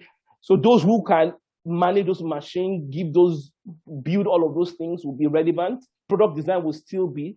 Drivers, I keep saying drivers. I know that air taxis are coming up, right? So someone would need to pilot those air taxis in the future. Drones will still be relevant. Subway.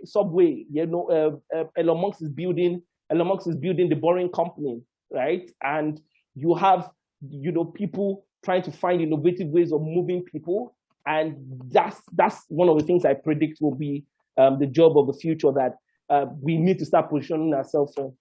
And lastly, I'll talk about builders, right? Dr. Oluchola spoke to this. I really am an advocate of solving, using technology to solve problems. I know that we cannot live consuming technology, because that's what allows for job creation and reducing poverty and increases productivity. So the more we have builders, the more we have people who consume what the builders have built, so that there will be job creation. And I think that for Africa, in the African space, I think that there's a lot of problem. How can we use all of the knowledge on product design, knowledge on robotics and AI, knowledge on sustainable design to solve Africa's problem, right? There's a leadership crisis in Africa.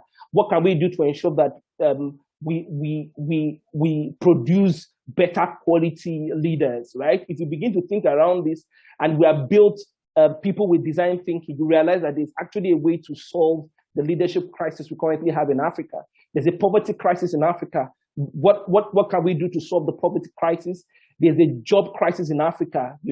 There's a financial inclusion crisis. There's a question of productivity in Africa, right? How do we solve these problems? Climate, disease, yeah. So these are the things that Africa, are the education system. If we begin to train our kids, because if we don't solve it, the guys will start importing. Will become importers of technology or dumping box of technology, and we probably may not be able to afford it, and we will not be able to scale it, and we'll still go back to the same problem. We need to start producing, innovating.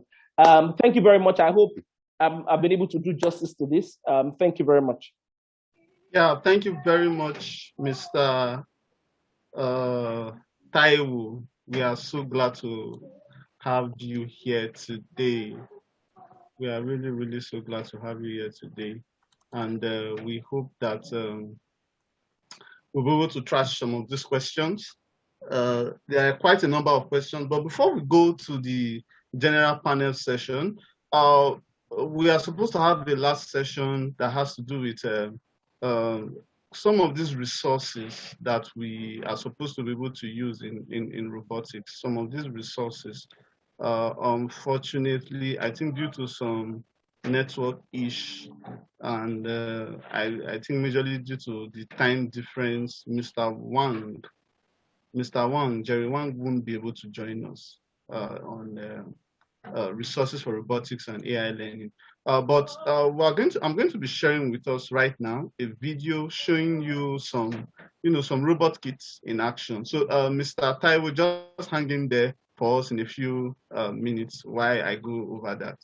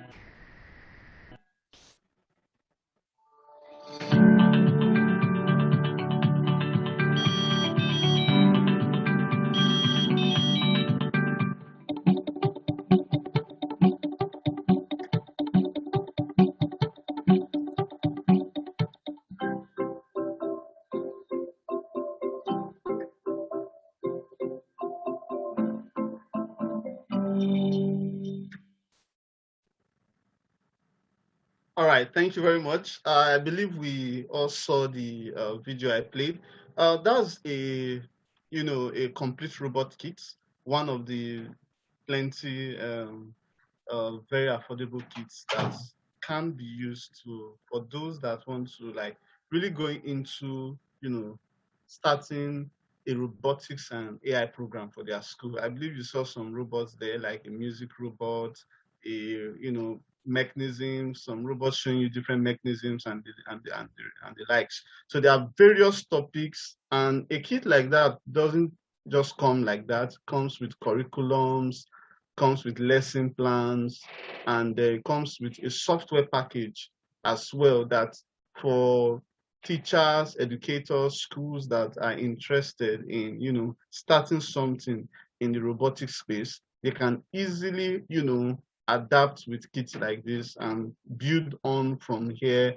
And you go over to other more advanced kits like starting to use things like various building blocks like the Arduino microcontroller, um, Raspberry Pi, and what have you. So there are a lot of resources available.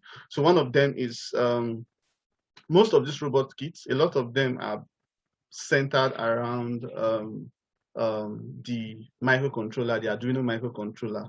So before I continue, I would just like to, in case of some people that are just joining us, we are just doing a brief discussion on resources and tools that can be used to facilitate robotics and AI learning. So at the center of everything in terms of robotics and AI, what ties the entire system together in the robotics system is what we call the microcontroller, the controller or the control system, or it has different name, or as we do tell children learning robotics, they call it the robot brain. So the controller is at the center of everything. That's what ties the mechanical system, the power supply, and the sensors together. So it's the controller that gives signals to the mechanical system for any actuation that needs to take place, and also takes signals from the sensor to study and understand the robot's environment. All right, so we are going to be answering a few questions for Mr. Taiwo. Mr. Taiwo, you are still with us, right? Yeah, I'm with you. All right, thank you very much, Mr. Taiwo. So a question came from Mr. John. He said, what's the missing link in product design? When it comes to product design, what's the missing link in our school curriculum? And how can we learn design thinking as well? What's the missing link in terms of product design, and how can we learn design thinking as well? Yeah, I think that for school curriculum, I think a lot has been spoken that it probably needs a level of disruption. And I think that product design is really has a lot of, the stages, putting yourself in the shoes of the actual user and working backwards from there, right? So you build a solution by understanding what your users want and build backwards. Yeah, having a level of empathy, and it will show in the way you present your product.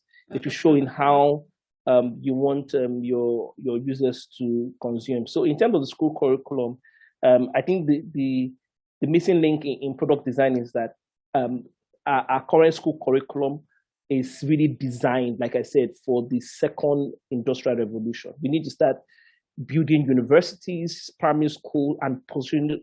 We are already in the fourth industrial revolution. And I can tell you that even not for small institution or YouTube or online learning experience that our people are consuming to learn all of these things, it doesn't exist in our school curriculum, right? So you are taught not to think, so it will be hard to design. Yeah, so I think that if we have policymakers in this call, or people who can influence policymakers, there is a state of emergency in our curriculum, right? It is something we need to urgently fix. Else, the kind of people will realize that we're producing illiterate, and they will not be relevant in the new economy, right? They wouldn't produce anything that at scale. Okay, so we'll have just silos and people doing a few things. We can't have it at scale. So that's my thought around product design, because I studied electronics computer engineering. Like Doctor said, I can't remember the things I was taught in school. In fact, when I learned we learned how to. One of our courses was microprocessor design.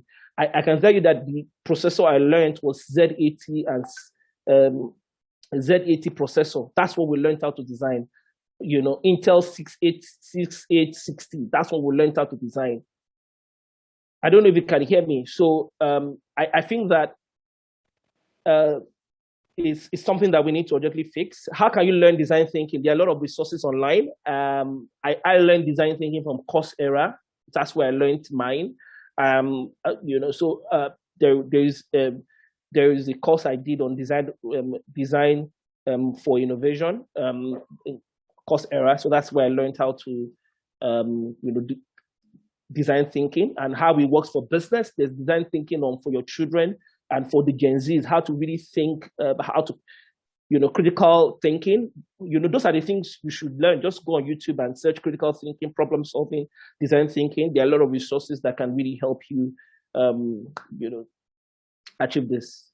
Thank you very much. I think the next question is supposed to be, what's the difference between this We Make kit and the one Dr. Lushola recommended? Okay, I don't know, do you have any thoughts regarding that, Mr. Taiwo? To Dr. Lushola is the expert in this. All right, no problem. I'll go ahead and answer the question. Okay, so what Dr. Lushola shared with us is more or less like a building block kind of a. I'll give an analogy. It's like you want to build a house, and then you decide to go and buy cement. You buy sand, you buy all the various building materials, everything. You mold your block and the likes. That's the kind of kit that Mr. Lushola shared with us. So, but the We Make kit is have everything given to us in modular format. We call them in modular format. That is, it's like you want to build a house and you have everything coming as it is. Like you have your blocks ready, you have your roof ready, everything just come in and you just assemble it together. It pays little attention on the very, very limited building blocks, focuses more on the programming and the coding and just being able to tie the components together and achieve something. So that's the major difference. The kit that Mr. Adushola shared is Arduino based. The We Make kit is also Arduino based as well. Both of them use physical the same microcontroller. What just differentiates them is how you tie everything together. And with the We Make kit, you have a full curriculum, a full lesson plans, about over 30 lesson plans that comes with them, and also a software package that you can use to learn it. Okay, so I think so we just go ahead to the general panel discussion right now. We'll go ahead to the general panel discussion right now. Okay, I am seeing Lebura Olawale raising her hands. Lebura, please, you can kindly go ahead and ask a question, and we'll take it up from there. Okay, good evening, everyone. It's been a great learning experience and a lot of points to take. But the challenge I am looking at, and I'm wondering how we can tackle this, is if you want to reach the Generation Z, you have to reach them through their teachers. So my question is, how do we engage teachers to be able to know these things? Because I can tell you that there are lots of ICT teachers out there that don't know a thing about Python, and they are the ones handling the children. So except for few of the children whose parents probably have the time to pay for a class for them over the weekend, and so on. So how do we engage teachers to be able to get involved in this? Because if we have the teachers involved, because even if you say let's have a curriculum, who is going to implement the curriculum? You're talking about the teachers, and realistically, for now, we are not 100% sure that the federal government is going to do that. So how can we do that? Because that's a major problem that we have. So that's my own challenge and what I'm looking at. Thank you. All right, thank you very much. Thank you very much for that question. How do we, Lebura Olowale, thank you very much for that question. So how do we engage teachers in terms of reaching out to Gen Z? And of course, they are at this stage of their development, they are more in tune with their teachers, whether those in secondary school, those in university right now, in their early years. So I don't know, is among our speakers, I would like to, beckon on any of our speakers that would like to, throw a little light on that question that was asked by Lebura Olawale. Okay, I'll just share my very quick thoughts. I think that maybe it will be. So I think that there's a change issue with the teachers and the system, right? So I engage my teachers in my son's school, and it's okay. I can't put on my video now. Sorry. So, and it's more like the whole stress of changing the curriculum and is a change issue, right? That we need to solve. And what can solve that is a direct policy, government policy that can really force this movement across all schools if we want to cascade it. The other way will be we'll have to continue with the taking your children to other channels or other schools that can really solve it. So I think it's a policy drive that can enforce teachers to really deep dive and learn. Imagine what they taught my son for a whole term was how to open a folder, what is the file type, whether it's a picture or a Word document. That's all they learned for a whole term, right? For ICT. So, and I'm paying a lot, and it's a private school, not even a public school, and he's an ICT teacher. So if there's no real policy direction on this, or maybe RAIN can really work with government and drive this policy as quickly as possible for our Gen Z. All right, thank you very much. Thank you very much. So apart from that, I think another, having active players that can really influence policies, and it's more or less about leadership and political will in the country. Apart from that, I think the private sector has a big role to play, and especially private schools. Like the example that Mr. Taiwo just cited now about his child just learning how to open a folder in an entire term or something in ICT. I think it's something that should only probably be found in public schools, probably because we agree that the resources, in terms of the resources and motivations, and there. But I think for the private sector, the private educational sector now, for private schools, should be leading in terms of how education and in terms of robotics and STEM education is being delivered.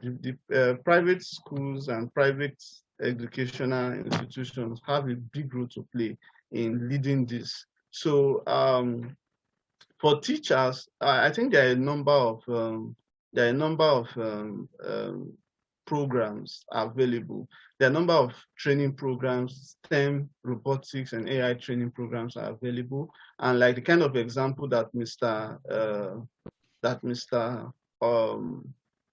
Ayola cited, Olushola Ayola cited, gave an example of a simple kit that you can easily order from Pop 360. About, I think he said about 12,500 naira, within that range. And you can also get materials. You can reach out to someone like him. You can reach out to a platform like the Robotics and AI Summit. And by the end of this program, we'll be sharing a number of resources and a number of places where things like this can be learned. So I think the onus now lies on the teachers themselves to have that interest in personal development. I think that's key. Personal development in terms of attempting and going into personal training. And then probably the owners of some of these private schools can as well help out some of their teachers, like their ICT teachers, to attend programs like the one we are doing now, and also training programs, and also help in purchasing, equipping their schools with some of these kits.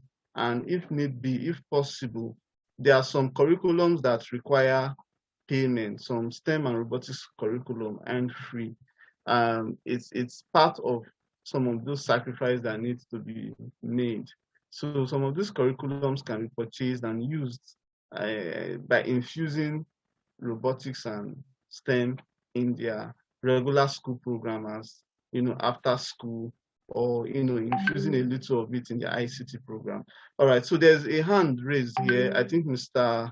Matthew is raising his hand. Mr. Matthew, you can go ahead, please. All right, thank you, Mr. Emmanuel. Yeah, can you hear me? Yeah, we can hear you. Yeah. Just to add to what was said about the issue of how to engage the teachers. The truth of the matter is that everything is based on the curriculum. The teacher that was mentioned now that taught just about a file, whatever, the exams that the students they're going to write, the questions they're going to attempt are structured based on the curriculum. And that's why the bottom line is how this curriculum will be revamped, how it's going to be, updated, changed completely. And that's why I want to plead that the ICT director in Ministry of Education was here yesterday. Maybe that medium can actually be used to reach out to the Ministry of Education, because and the other alternative, like what you said, that the teacher can go for training, can do this, can do that, but where's the time to actually deliver that when there is already structured curriculum that the school must ensure that the students go through that so that they can pass the local examination or the state examination or the national examination, the NECO examination, which is structured based on the curriculum. So the problem is directly, it's just based on the curriculum. And the best we can do is to make use of any opportunity we have via this summit and also engage those people who have come here. I'm glad the man said he's open for any kind of idea. So I think we should, emphasize on that curriculum. Is extremely, very, very, very outdated. Thank you. All right, thank you very much, Mr. Matthew. Okay, so follow up on that, Mr. Matthew. There are a few questions here for you, but before we go into your question, Mr. Matthew, I believe I believe the Lebura or Lawali is still with us. She asked another question on how good is the design thinking course on Udemy. I think that question is to Mr. Taiwo Akin. Mr. Taiwo, Lebura Olawale, sorry for pronouncing your name like that. She's asking how good is the design thinking course on Udemy. I think Udemy is one of the platforms that's for personal development and learning as well. So I would say that personally, I've not used Udemy. I didn't use Udemy for design thinking. I used LinkedIn Learning. I don't know if you know about LinkedIn Learning. It's free. LinkedIn. Yeah, it's free for 1 month. So if you have a LinkedIn account, you can really get the learnings. I think every month is about. So the way LinkedIn Learning is different from Udemy. With about $10, you can access all the courses they have. So so I think LinkedIn Learning is a good one. You can also do Coursera. So once you get to Coursera, there's a way, if the courses are not free, yeah, so you can request for financial aid, and you can get it for free, right? But design thinking as a course itself, I think it's free. So I don't know if it's now paid. So I prefer so I used Coursera and LinkedIn Learning to answer your question. I've not used Udemy, so I can't really make that judgment call for you for Udemy. All right, thank you very much, Mr. Taiwo. Also, follow up on your question, Lebura. I would also say for teachers that are interested in improving their skill, the Robotics and AI Summit will be collaborating with some of our partners, and we'll be bringing up a training program that would talk on how to engage with some of these STEM skills and how to implement it in your school. I think we'll be communicating that after the summit, when the training program will start and how it's going to be run. So for those that are interested, you can just indicate your interest on the chat section, and like you'll be interested in programs like this. And I will encourage people that are school owners. If you're a school owner in this summit right now, it's something that is highly encouraged that you do also for your teachers. I understand that the education system in Nigeria is a bit delicate in terms of teacher retention and stuff like that. But I would want to also let you know that things like this are one of the ways that can help foster teacher retention, human resource retention and talent retention in your school. And because if you can, be able to lay your hands in some of these kits, and they are not very expensive. They are not expensive at all. It will become the property of the school. And things like lesson plans and the rest, and how to implement these lessons will also become properties of the school. So they don't have to, go with a teacher. So I will encourage teachers here, personally, if you are a teacher in ICT, it's a very important skill to reach out to us. In fact, any ICT teacher that is part of this program should be part of that training. It is very key. It is very critical. The training will also come with certification, and we'll talk with our partners on how we can also make it virtual as well, virtual and on-site, and see how it's possible so that we can be able to cover a broad range of audience as well. Yeah. So I think for that, you can check our Telegram group. You can join our Telegram group for more updates concerning the training program. Like I said, I will encourage everybody to join that Telegram group. There are a lot of resources that have been shared. I mean, Mr. Olushola shared some resource. Mr. Taiwo is telling us about some courses on Coursera. We're going to synergize these things together and put it in a single package. So if you are in the Telegram group, or if you've not joined the Telegram group, please do well to join right now.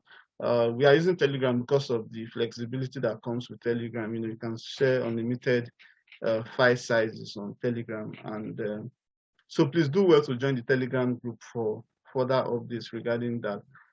Finally, someone asked Mr. Matthew a question. I'll just paste the question on the chat section. So Mr. Matthew, if you are still with us, you can just go ahead and go through the question and give us, just brief answers as we wrap up. We are wrapping up now.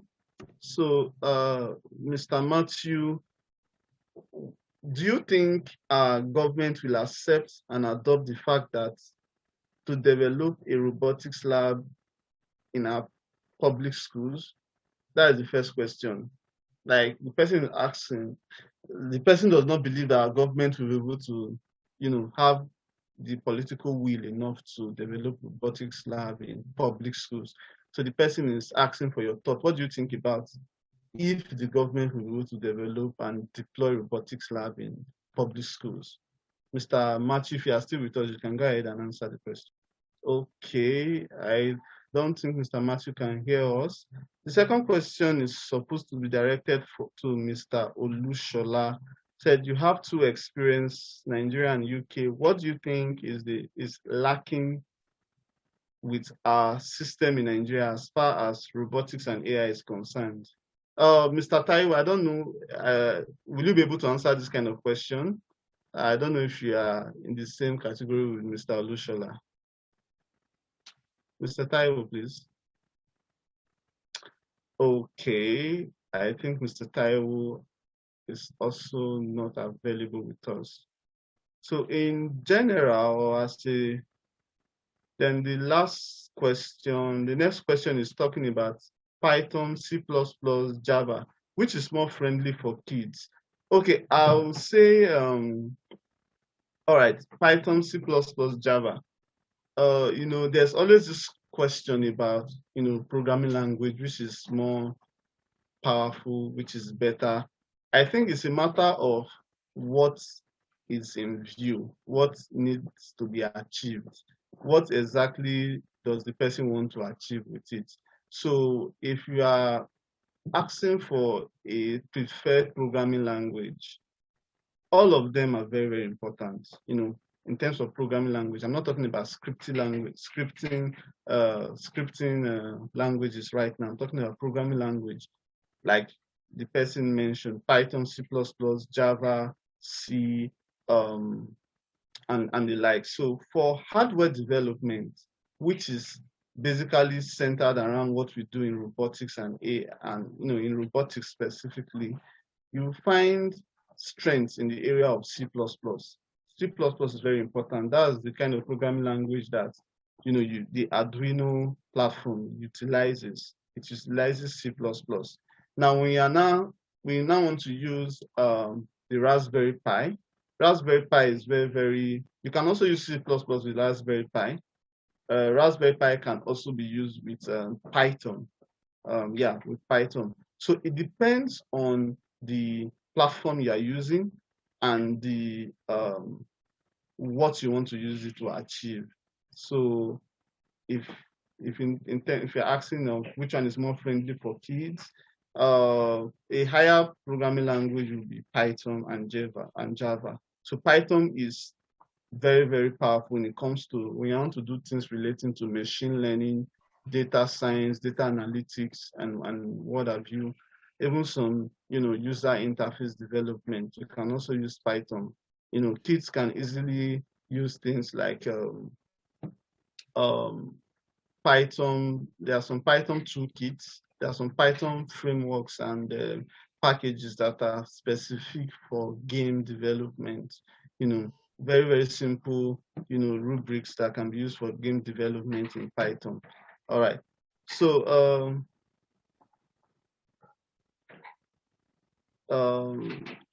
I would like to ask if there's any contribution that some of our speakers available would like to contribute. I think Mr. Stuart and Mr. Ernestas is still around with us. Mr. Ernestas, Mr. Stuart, if there's any final words that you would like to add, please, we would like to hear you. Mr. Stuart and Mr. Ernestas, there are any final thoughts regarding what we've been discussing? We would like to hear your comments. Yeah. My final comment would be just from having listened to everybody and the range of different technologies that we mentioned and program languages that we mentioned. As far as I'm concerned, anything that gets children interested in STEM, any of the robotics, any of the types of coding, from as young as possible is the best way that we can help set up our young people for the future. As I said in my talk, we don't know what STEM careers the 5, 6, 7-year-olds just now are going to be going into. It could be careers that aren't even there. What my aim is as an educator is just to get them excited by STEM, even if they start with block coding, which I know one of the other speakers said he wasn't particularly a fan of, but getting that interest, somebody interested in block coding, they will progress to the other coding. But it doesn't matter what type of robot you go with, what type of coding, how you go down. I think just getting that excitement and interest is key, and the children will then be the drivers of their own learning and their own STEM journeys from there. All right, thank you, Mr. Stuart. I want to like quickly, just a quick one. There's a need. In terms of development for STEM, robotics, and AI. I think we all agree that Africa is behind, and I would like to ask you, as someone that I would say represent the international community, what do you think the international community can do in terms of contributing to bringing Africa up to speed, bringing Africa to a level where we can be able to be competitive with the rest of the world in terms of the fourth industrial revolution, in terms of, joining the robotics and AI and STEM rave right now? How can the international community help out with that? Yeah. Something else that I'd said in my talk as well about the way technology is advanced and you can communicate all around the world. Things like this, I think, are valuable for helping Africa with the international community, because you've got, educators on here from different places and people that run robotics companies, getting businesses involved as well, making those links. Just because you're in a different geographic location doesn't mean you are closed off to the international community. So I think the international community sharing what they've discovered as best practice, sharing like people have today about the best types of robots to use, sharing that knowledge, and then if they can, opening up streams to be able to supply robots to different communities in Africa. But I think a lot of it to start with is just having the conversations and seeing what develops from there. Yeah, thank you very much. So so nice to have you, Mr. Stuart. We are really, really grateful you stayed with us to the end of the program. It's really an honor, and we hope for more collaborative interactions and sessions like this. And we believe you always be supportive of platforms like this to help us, come up to speed. Thank you very much, Mr. Stuart. I would like to ask. Okay. All right. Thank you very much, Mr. Stout. I was just going to say thank you again for having me. And yeah, if you go on the YouTube, whatever, you can find out all my contact details are there to get in touch and keep conversations going. So thank you again for having me. It's been a pleasure to join you all. Yeah, thank you very much. Have a nice weekend. All right. So finally, I would like to ask, is there any final comments from anyone? Is there anything that you think we've not, any issue you want us to look at as we wrap up that you think we should discuss about or talk about? Just can raise your hands as we, draw the curtains in this meeting today. Is there any hands that is raised? Anybody that wants to, there's anything at all that you want to, okay. Go ahead, Lebura, go ahead, please. Okay, I just want to find out if there's anyone on the platform that knows about there's a platform called the Microsoft Imagine Academy. I don't know if there's anyone, Microsoft Imagine Academy, run by Microsoft for schools. So I just want to know if there's anyone that has had it, and if their curriculum for robotics is okay enough. I just need an idea on that.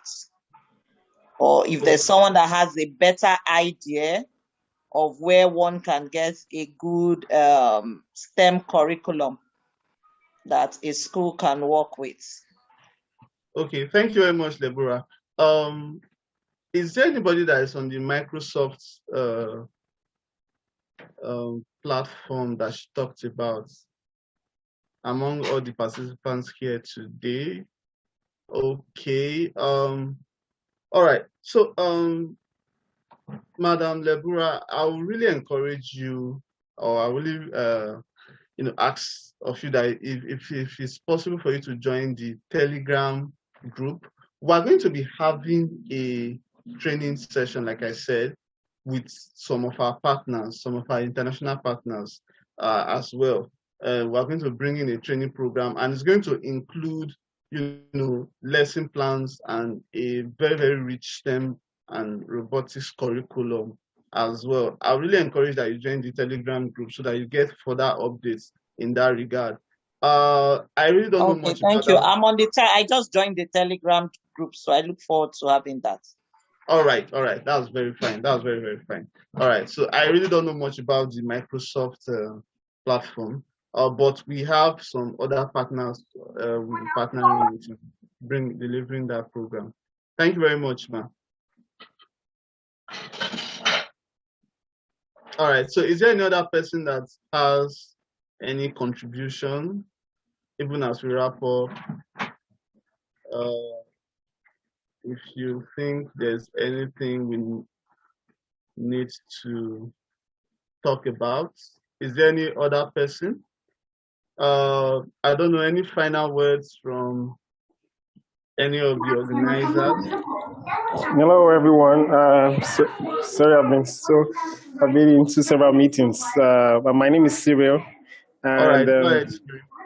yeah, so I've actually enjoyed the session so far, even though I know I've not really been contributing, though, but I've been actually learning from every speakers, and it's really a wonderful opportunity to be here.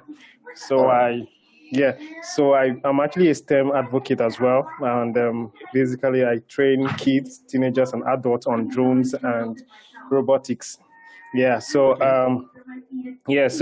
I currently work virtually with Blacks in Robotics with Dr. Berry and some other team from Spacematics as well. Yeah. So we kind of actually having a program which is going to be weekends for September and October, and it's going to be how to train Blacks in Africa on robotics and VEX and stuff with Arduino and the rest like that. So she invited me here, and I decided to just join, and I really appreciate the fact that so many interactions on robotics and STEM are really talked about, because I feel the how will I say, the evangelism of this stuff has been so minimal. But now I think we bringing this summit is really encouraging, and I'm really happy to see this coming. All right. Thank you so I very would like much. to know what platform, how can I join? Is there a group or something so I can connect? There's a Telegram group. I think the link is on the chat. You can just join the Telegram group, and we'll take it from there in terms of Okay, fine. Thank you very much. All right. Thank you very much, Cyril. Welcome. All right. Okay, so are there any final comments from anyone? Anybody raising hands? Any of our speakers? All right, Mr. John, go ahead, please. Hello, good evening, everybody. It's been an interesting time, and I'm one of the co-conveners of this program. Now, I believe we are starting to create more awareness of robotics here. And what I want to counsel on the ones that are still present in this time is that the drive for this must not die down. We have seen the danger that our children will be exposed to if they do not know much about robotics and AI. It's their future, and then we must not deprive them of it. I'm sure me and my fellow conveners, we are going to be talking after this meeting to seeing how we can meet the DG of NIPDA, like they requested yesterday, to see the IT personnel that came from the Ministry of Education. Let's see how we can drive it from every end. And we are calling on everyone that is listening to us now to see how they can be part of this move. African children must not be left behind. I thank Mr. Cyril for coming on. This is what we need. We need to push it from different angles, from different parts of the country, and push it until our voice is heard. I don't know where Mr. Cyril is based, but I think it's Lagos. I'm based in the northern part of Nigeria. Mr. Yola is in Ibadan, and the rest of us, some of our co-conveners are based in Abuja and different parts of the country. If we can drive this together, this my call. If we can drive it together, the government will hear us, and then our children their future will be saved, will be salvaged because we did something. We must not keep quiet on this. And this is what I have to say for now. All right. Thank you very much, Mr. John. It's really nice to hear that contribution over there.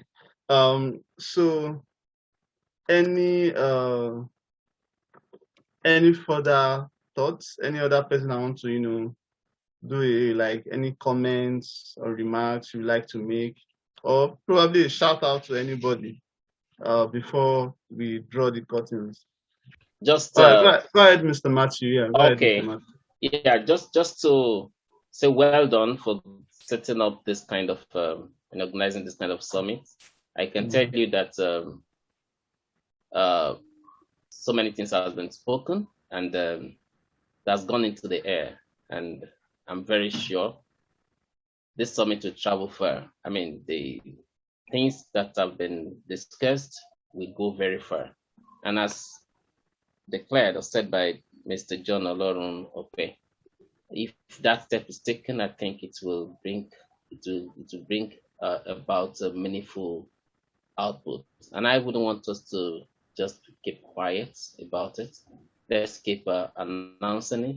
Let the information still keep going on, and then let's intensify much more efforts in reaching out to all the stakeholders. I'm sure they are hearing. I'm sure gradually, the information will circulate, and they will know that Nigerians are aware and they are agitated, and they actually want a change. And that is what I think will bring about the expected results. So once again, well done. It's not easy coming up with such a kind of summit like this. You must have put in a lot of hard work into it. So well done, and I wish everyone all the best. All right. Yeah, thank you very much, Mr. Matthew, for your final thoughts there. We are we're indeed grateful for that. So finally, we really want to appreciate all our speakers, starting from Mr. Stuart Naismith, Mr. Ernestas, the CEO of RoboCube, and all our speakers from from yesterday as well, and Mr. Matthew himself, Mr. Ayola, and every speaker that has contributed here today. So, like we said, it's not over yet. This is just the beginning. With the conversation just got started. Please ensure you are part of the Telegram group. If you've not yet joined the Telegram group, please ensure you join. We are going to be, putting together all the resources that our speakers have shared with us. We're going to put everything together in terms of, YouTube handles, some very important courses that were, shared with some of us here today. We're going to put everything together and, supply it as a package on the Telegram group. So just look out for our messages on the Telegram group. And of course, the conversation just got started. Like we said, we're going to be having a follow-up training program. We're going to be having a follow-up training program, and further details regarding that will be shared on the Telegram group. So as a result of attending this summit, I think every one of us that attended are now, should we say, AI and robotics evangelists. So right now you can go out and be part of those, like Cyril said, advocate for inclusion and adoption of robotics and AI in our educational system. Whether you're a teacher, you're a school owner, there's a lot you can do in your school. If you're a school owner, if you're a teacher, there's a lot you can do. If you are a parent as well, like Mr. Taiwo said, show the interest in what your child is learning. If you're a parent, you can also go the extra mile of, getting some of these kits for your child. And you never can know. The mind of a child, the creativity in the mind of a child is limitless. You cannot limit it. So there are a lot they can do. There are a lot that Africa can offer, so that in this fourth industrial revolution, Africa will not be left behind. I believe so. We missed it in the first industrial race. We missed it in the second, the third. This is the fourth industrial revolution. We are not supposed to miss it. So thank you very much, everyone that stayed with us till this time. We are very, very grateful. Like we said, please ensure you are part of our Telegram group, and we'll look out for, and please do look out for our messages, because we'll be sending in a couple of follow-up messages from today. Thank you very much. Yeah, thank you very much. Thank you, everyone. We are very, very grateful. We'll call it a day. Do have a very rest of your weekends. Thank you. Bye.